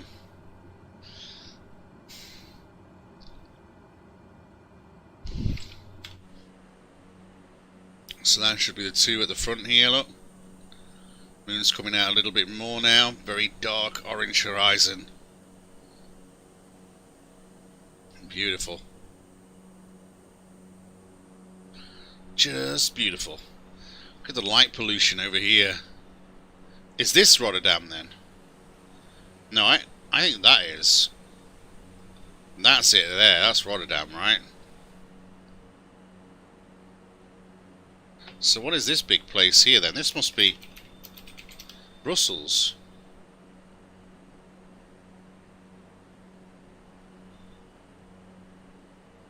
Or is it Antwerp? No, it's Antwerp, isn't it? And then Brussels is south of Antwerp. Yeah. It's down here. That's probably Brussels there. Okay. Okay.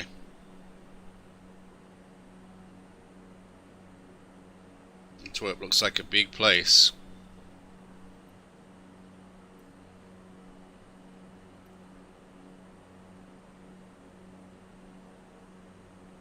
So that's what we could do, Wonderclaws, right? As Globdules, we could talk about this, you know? Plan to be a bit lonely. Plan to be a bit cold. Plan to be a bit ill. But if you plan for it, if you expect it, and you do the best you can, there's a good chance you'll deal with it well. You'll approach it differently. Get yourself some nice new slippers.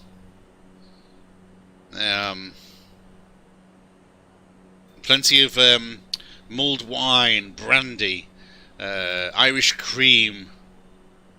I'm thinking about splurging a little bit, I've got to admit, this Christmas. I don't normally. I don't really celebrate Christmas, to be honest. But I just... this one, because I've been dieting and you know, working, cutting sugar out for so long, and sugar and salt and fat and everything.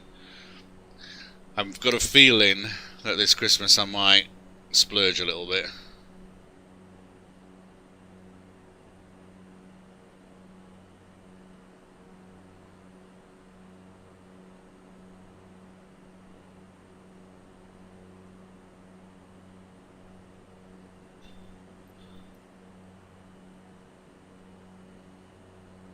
I'm going to ask for another decrease. Amsterdam Center, Glob 172. Request 9,000 feet. Glob 172, descend and maintain 9,000 feet.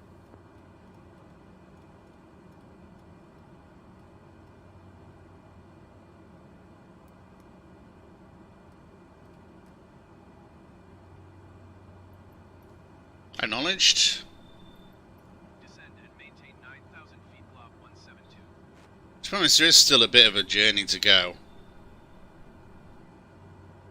We don't need to dive just yet. Once we hit Antwerp, then we need to probably put the seatbelt signs on, focus on our descent, and hope air traffic control looks after us.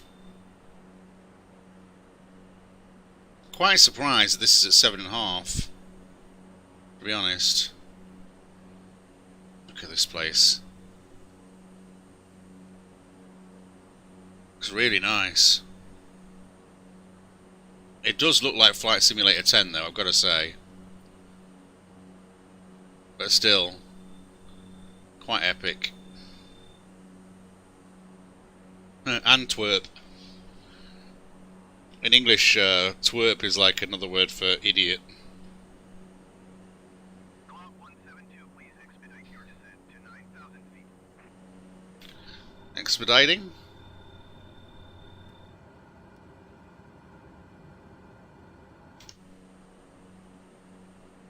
So pilot should turn a sharp right. Now, I haven't got us on half bank. Well, that's okay. Really needs to turn right now. There we go. Glob 172, contact Brussels. There we go. We've got Brussels Centre now, so we'll be able to find out a lot more. 25, Glob 172. Thank you very much and good night.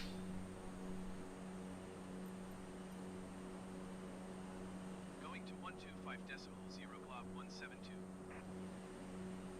Brussels Centre. This is Glob 172. Currently at 9,800, going down to 9,000.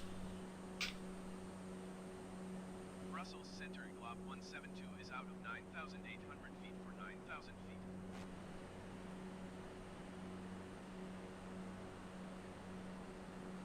Glob 172, Brussels Center, continue to BR 202. BR 202, 2999.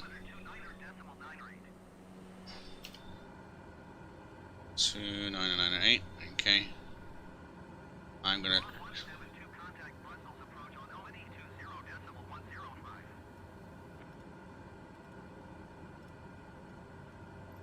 20105, Glob 172, thank you. That was nice and easy. Going to 120.105, Glob 172. Brussels approach is Glob 172. 9230, going to 7,900. Brussels approach, Glob 172, 9,200 feet.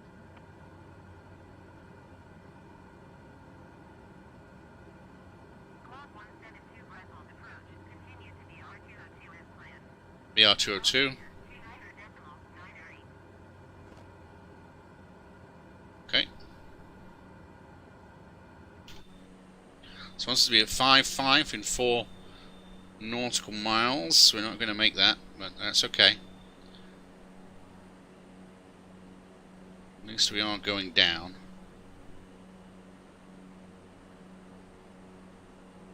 And they're not moaning at us. Okay, everyone put their seatbelts on for landing, please. Exit lights on.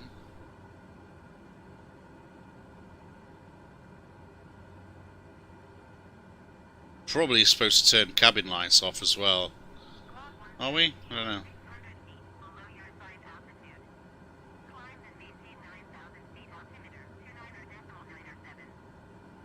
Request acknowledge. Climb and maintain 9,000 feet, Glob 172. Request Glob 172 or 25 miles north. Maintain present heading at altitude. Expect VOR DNB runway. 7 left approach. Right at Alpha November Tango transition. Cleared ground Alpha November Tango. acknowledged. Maintain present heading at altitude. Expect 4DME runway 7 left approach via Alpha November Tango transition. Cleared to Alpha November Tango Glob 172.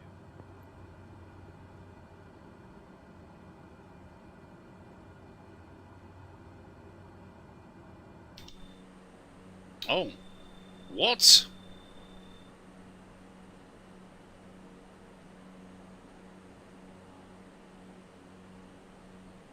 Oh, that's weird.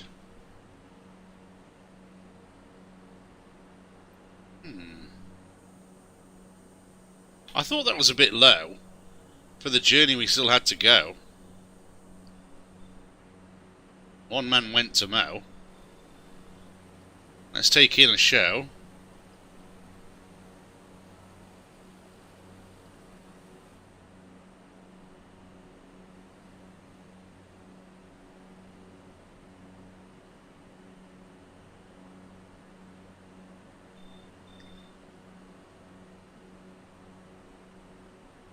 Glob 172, please expedite your climb to 9,000 feet.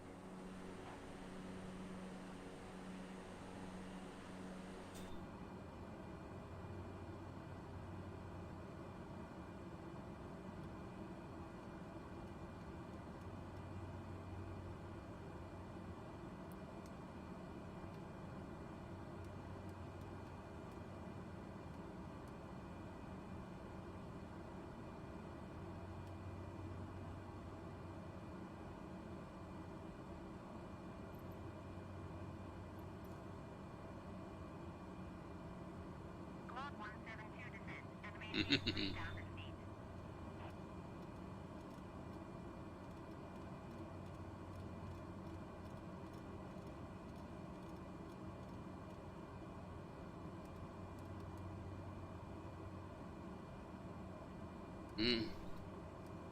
This is really hard to press this. Glob 172, please acknowledge. 300, Glob 172, acknowledged. Descend and maintain 3,000 feet, Glob 172.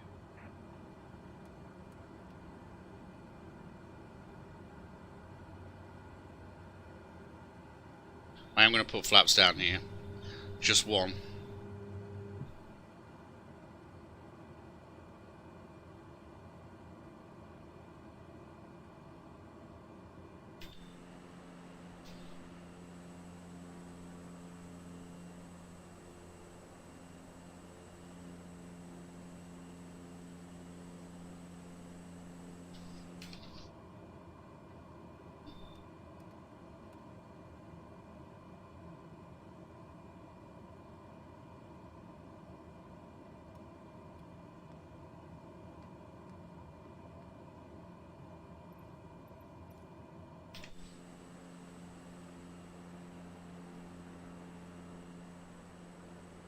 Looking beautiful down there.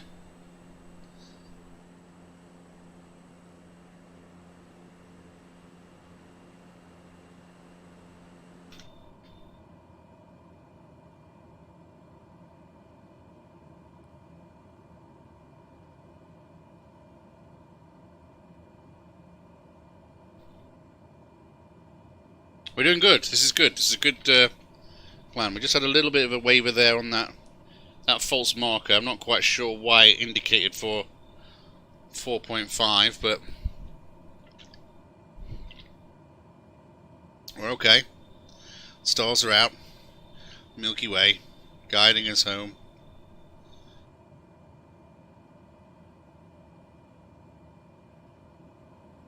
Might as well turn the cabin lights off. Actually, can we see them from the outside? Oh, you can. That's nice. Oh, I like that. Uh-oh.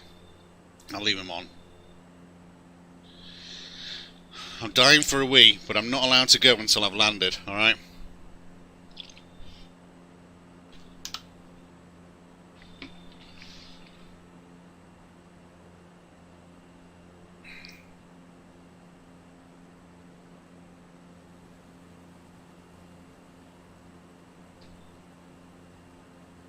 So this is Brussels.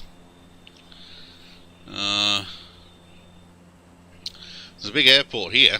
We're not going to that one. I don't think. Or maybe we are, actually.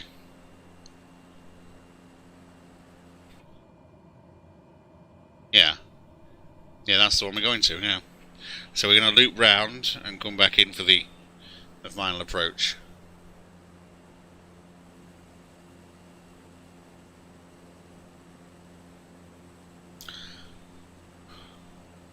So we've got one player there. No real life air traffic though, as far as I can see. Nothing on radar either.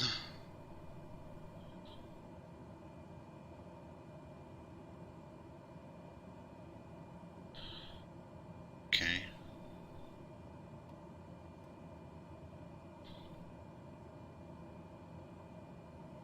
I can take that flap off now.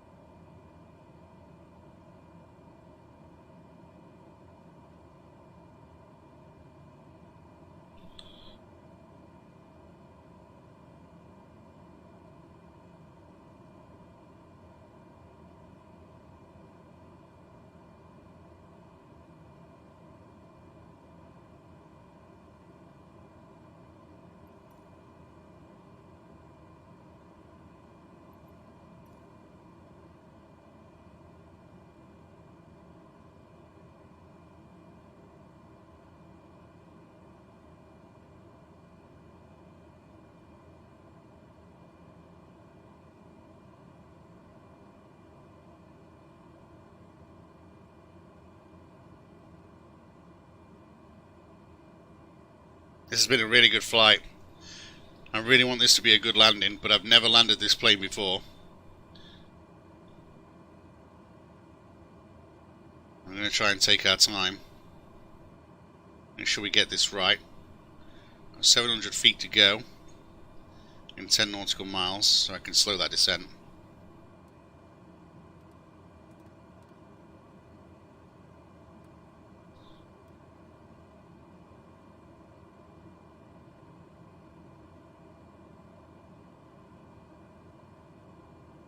Autopilot may turn before we reach though. It's okay.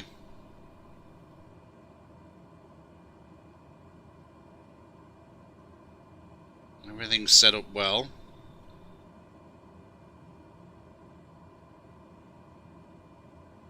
Let's see.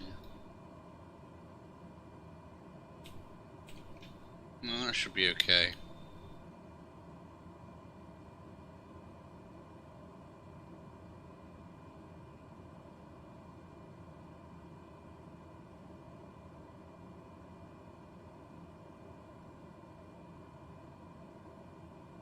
Okay.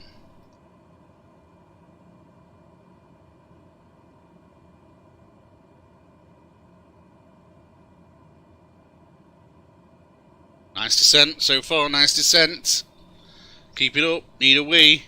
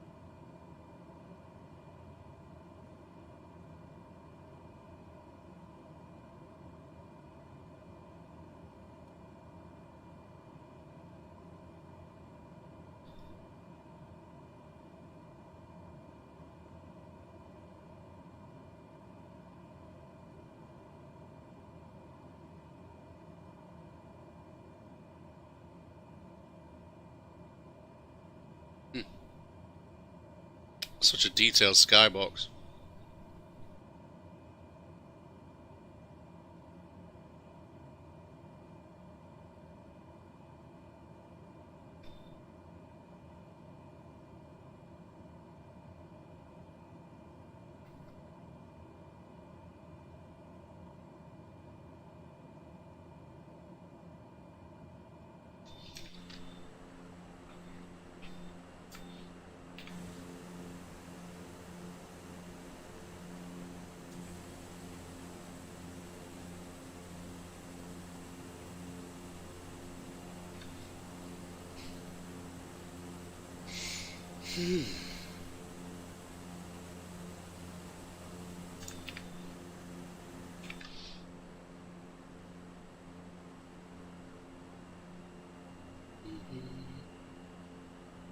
Speed is good.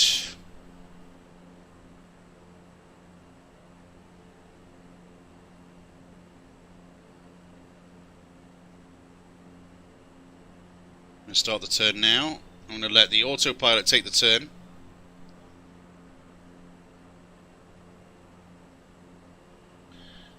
And then I'll take over.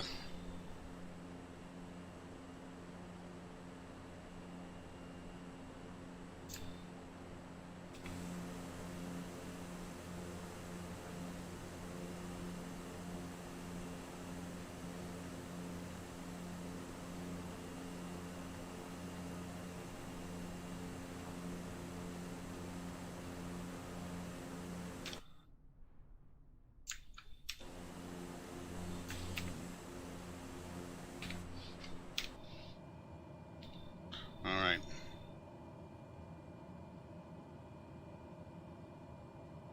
He's not completed the turn yet.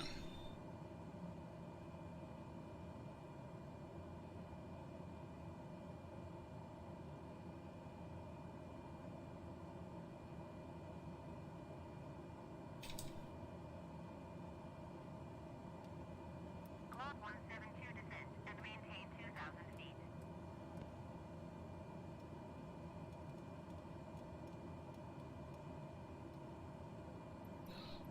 2,000 feet, Glob 172. Descend and maintain 2,000 feet, Glob 172. Glob 172 or 13 miles west of Brussels. Contact Brussels Tower on ONE 20.78 when inbound on the approach. 2078, thank you very much. Glob 172. Tower on 120.78, Glob 172.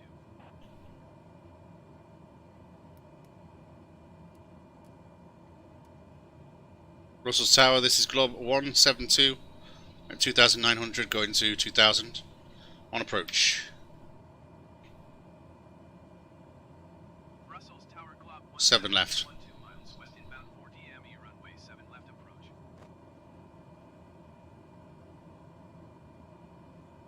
Glob 172 Brussels Tower. Cleared VOR, DME runway. VOR DME, 7 left. 299.6. 61060 at 8. 060 at 8, acknowledged. Cleared 40 ME runway 7 left approach, Glob 172. Tune in ATIS.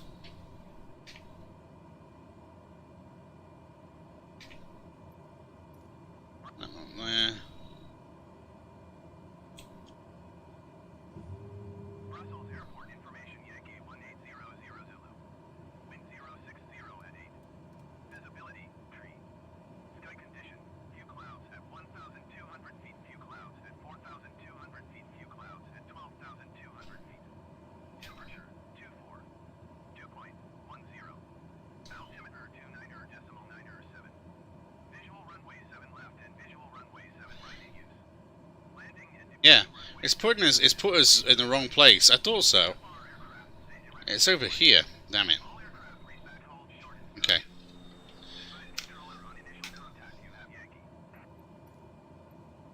Tune Brussels Tower. Brussels Tower, come on!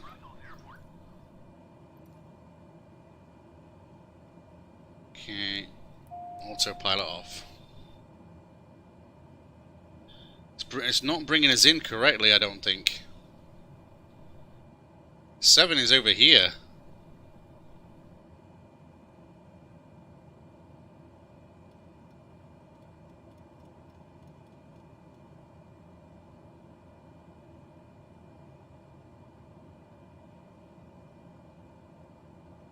Landing gear down.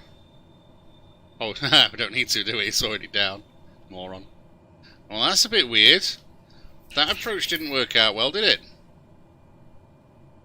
It's okay, though. We had plenty of time to adapt, so that's good. Okay. Okay, we're going to put flaps full down now. Compensate.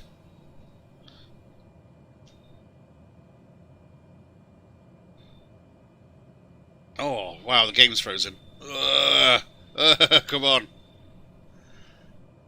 Can you see it? Oh, it's freezing on me. Oh, this is horrible. Okay, we've got Pappy lights. At the moment, we're not too bad, actually.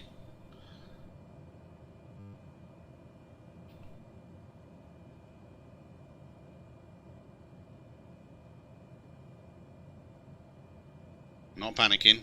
Very poor on the part of the computer, really. I mean, I should have studied it, obviously. You know, it should have been it's my responsibility. But, Glob 172 cleared to land runway 7 left. With 060 at 8. I don't know what I just did there. I don't know what I'm doing. Acknowledge landing clearance. Let's just get this out of the way. Clear to land runway 7 left, Glob 172. For some reason I was turning the lights up and down. As you do. Let's get these trimmed down. There we go.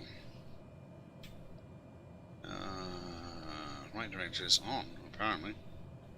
Oh, okay. Alright, landing lights are on. That's on. Landing gears down. Flaps are down. Speed is lowering. Good angle of approach. I've got a white and a red.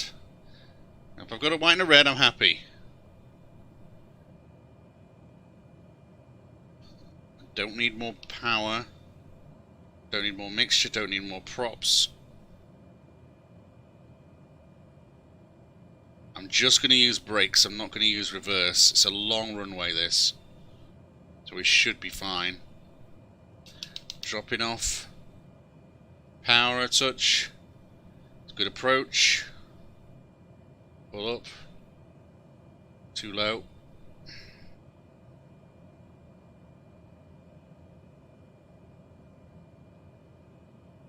Yeah, too low.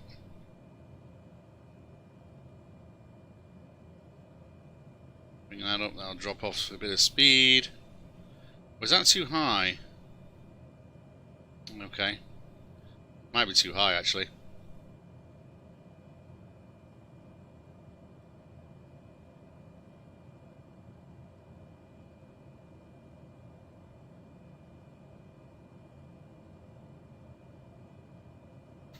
Pitch down, pitch down. I'll drop this speed off now. 500. Aye. Too fast. It's gonna go off. Basically got to glide this in now, which I don't like doing. I'm going too fast.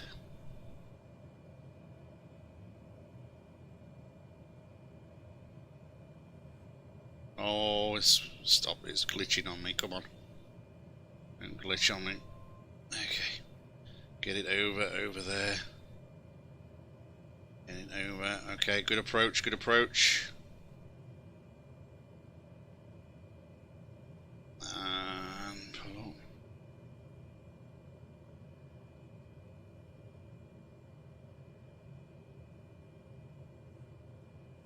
Retard, there we go. Nose. Oh. Okay, a bit hard on the nose there, but okay.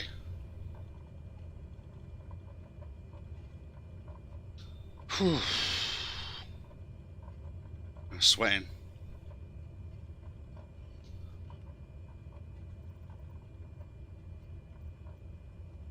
Welcome to Brussels, everybody.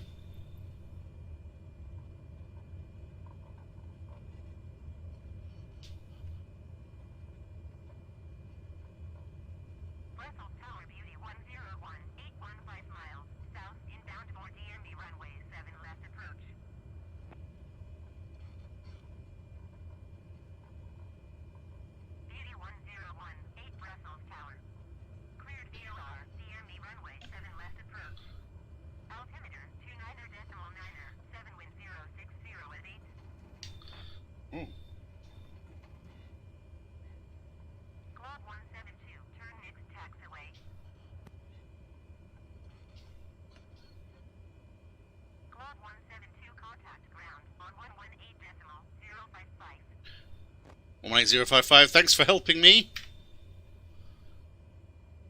Cleared VLR, DMB runway, 7 left approach, Beauty 1018.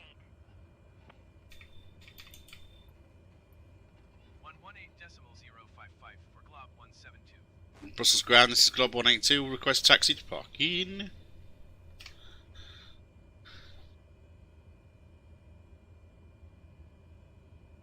Parking, please. Brussels ground, Glob 172, request taxi to parking. Glob 172, taxi to general aviation parking using taxiway India November 5 Oscar Uniform Tango 5 Bravo 5 cross runway 25 right Alpha 5 November 4. In other words, it's a long... Ooh.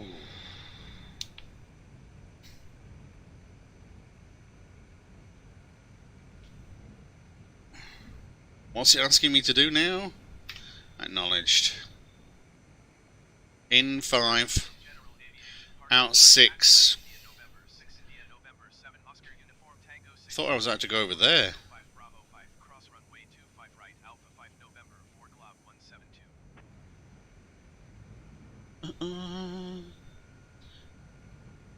Yeah, okay, I will do. I'll tell you what it is though, it's the propellers. They sort of...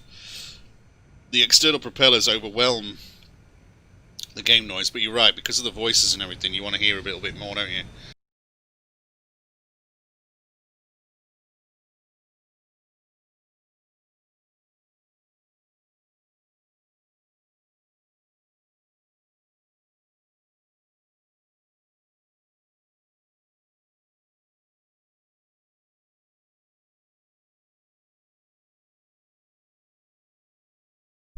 About that. Well, look at this. Look at this. Where's it taking me?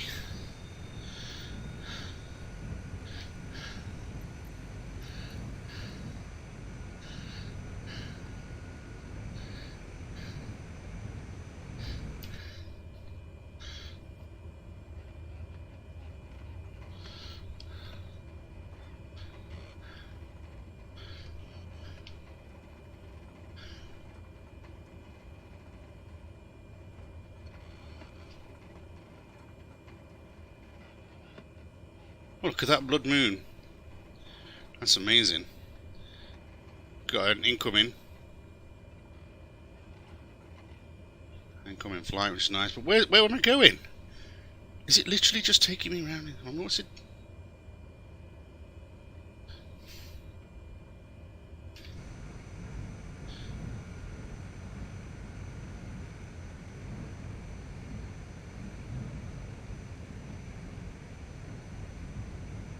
Well, yeah, we'll see. I don't mind turning the propeller down, but I also need the propeller noise to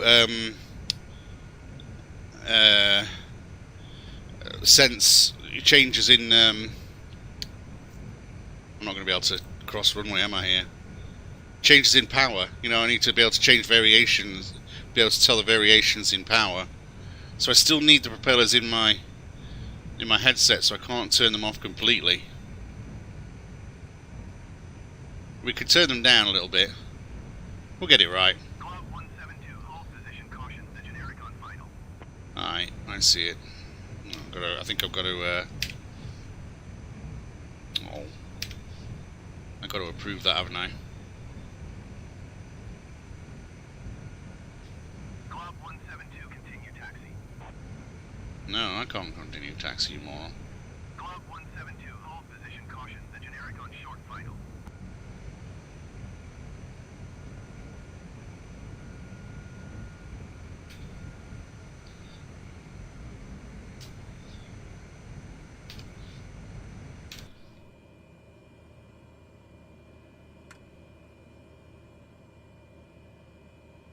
Glob 172, did you copy?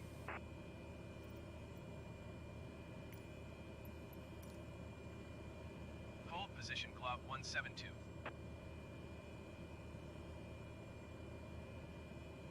There he is.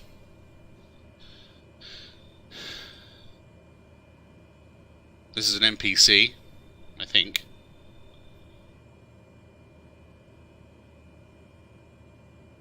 just landed. Real world.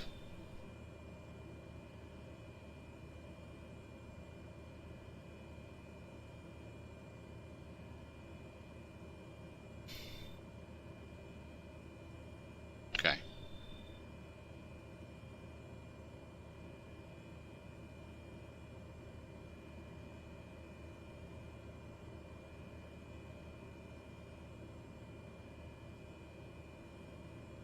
Glob 172, continue taxi.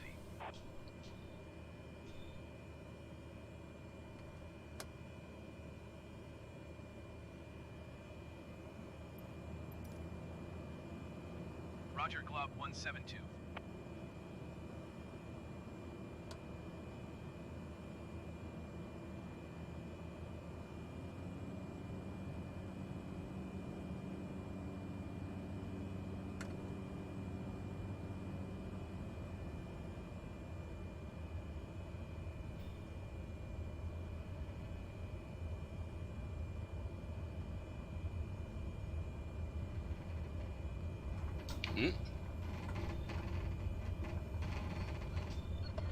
Bit mental.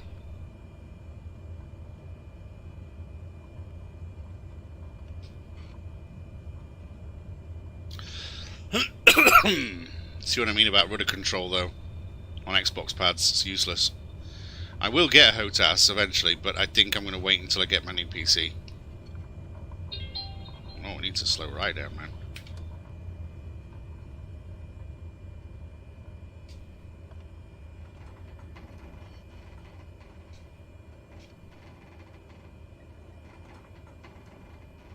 I just don't like being on the runway for too long. It feels weird. And that guy's addicted to poo. Save me here. Can't go a day without one. Totally addicted to poo. Whoa, whoa.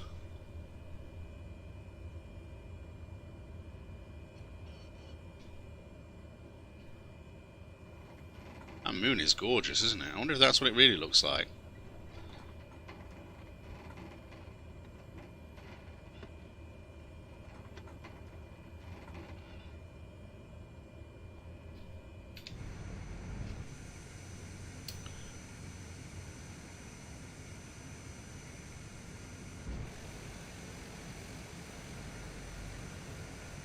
That's a player just there. Nice to have a bit of traffic coming and going. It's a busy airport, you know. Traffic in the air there, look, above us, red 523.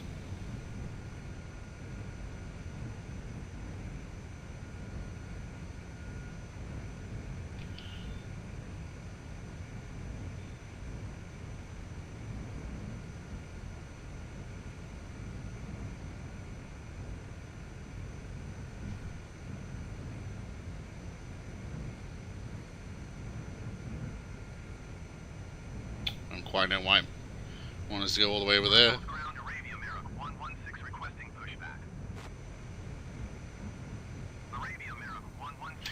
Better go inside.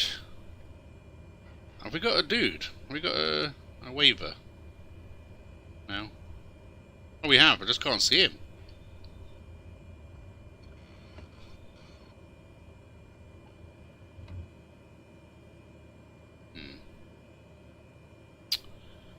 Wants me to go forward, doesn't he? Oh, except this guy is right in front of me. Come on, dude.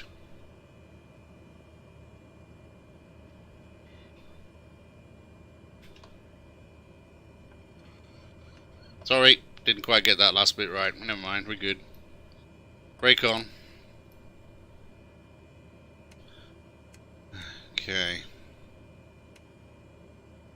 Point. Can get up now. Although there's nobody in there.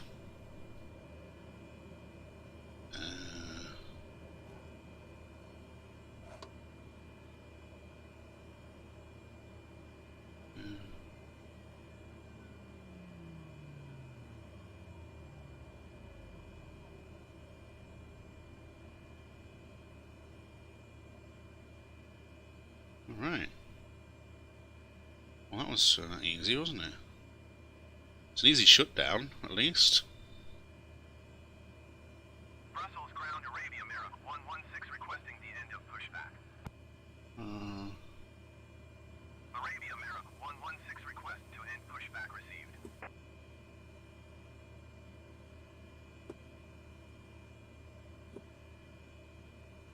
Oh. Why were they already off? Brussels ground Arabia Mira 116 with Yankee ready to taxi IFR. That's it, I think. I think we could turn avionics off. Arabia We're safe, right? 116 taxi to and hold short of runway 7. Propellers stopped. We're shocked, we're braked. Someone walking around in between us, apparently. Yeah, I'm not going to remember that one. That's what I would forget. I'd be no good with stuff like that. Don't have to worry about aircon. It's already turned off. So yeah, it's just avionics then. 2 and 1. There we go. And we'll fall through the world. That's nice. So, EGNX to EBBR, 1640 local to 1825 local. Total flight time of 1 hour 44 minutes. During the night, 29. And during the day, 1:15. 1 day takeoff, 1 night landing to add to my collection. Look, it's building up.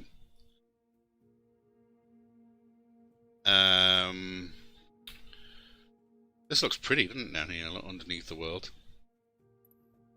That's cool. Well done. GG.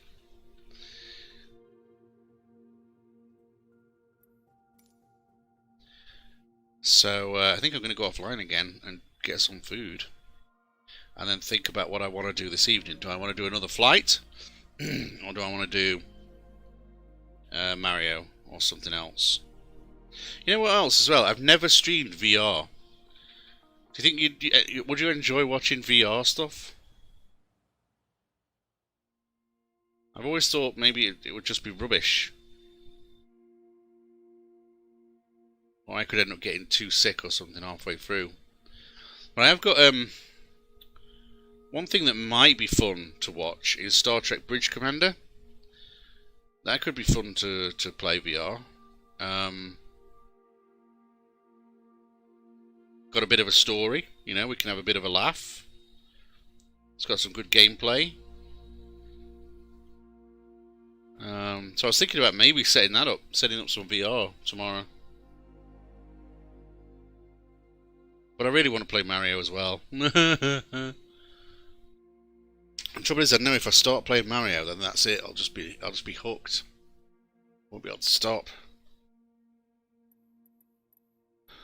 Anyway, that was a great flight. So what did we learn from that flight? Well, we learned that the Cessna is not too difficult a plane to learn how to fly. It can carry a lot of stuff. Should be pretty good for FS economy once it's working again. And once again, we cannot trust approaches, departures, and ATC in general. ATC drops you way too quickly, so you have to manually. I think that's why the option is there to decrease your cruising altitude. You have to manually do that so that they don't moan about it. That's okay. Now we can manage that. And what we can do also as well, because what I didn't do when I was setting up my flight plan here, if I set up Gatwick to Brussels again, okay. So when it comes to Brussels, yeah, runway 01. If we switch to IFR low alt, all. This was the approach it was giving me. Only 7 left. There's no ILS 7 left, you see. So I got something a little bit like this.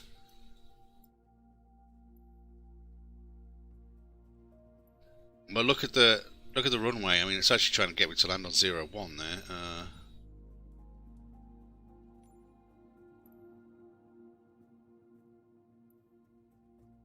It basically doesn't know how to put me in line for 7 left.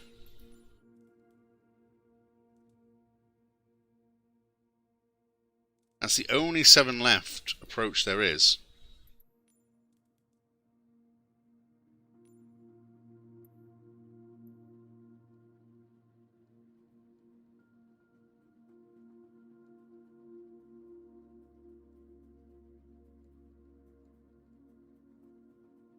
I mean, where were we turning? We were turning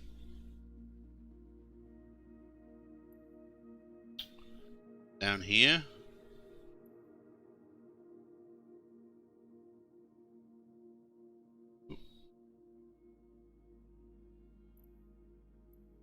Not sure. We were turning quite low down here. Might have been even here.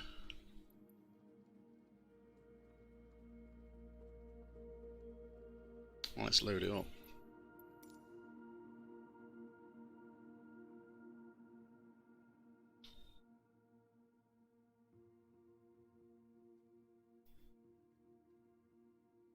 Yeah, here we are. Right.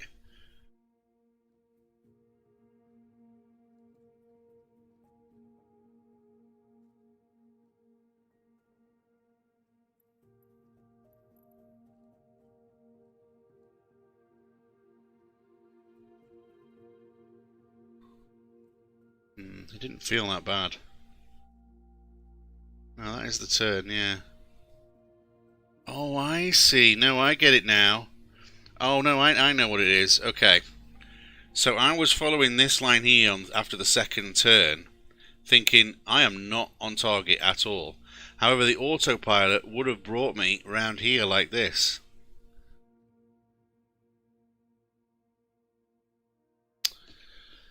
I should have looked at that. I should have noticed that. So it's not the computer's fault, it was my fault for panicking when I realised we weren't lined up. Oh well, we did alright anyway.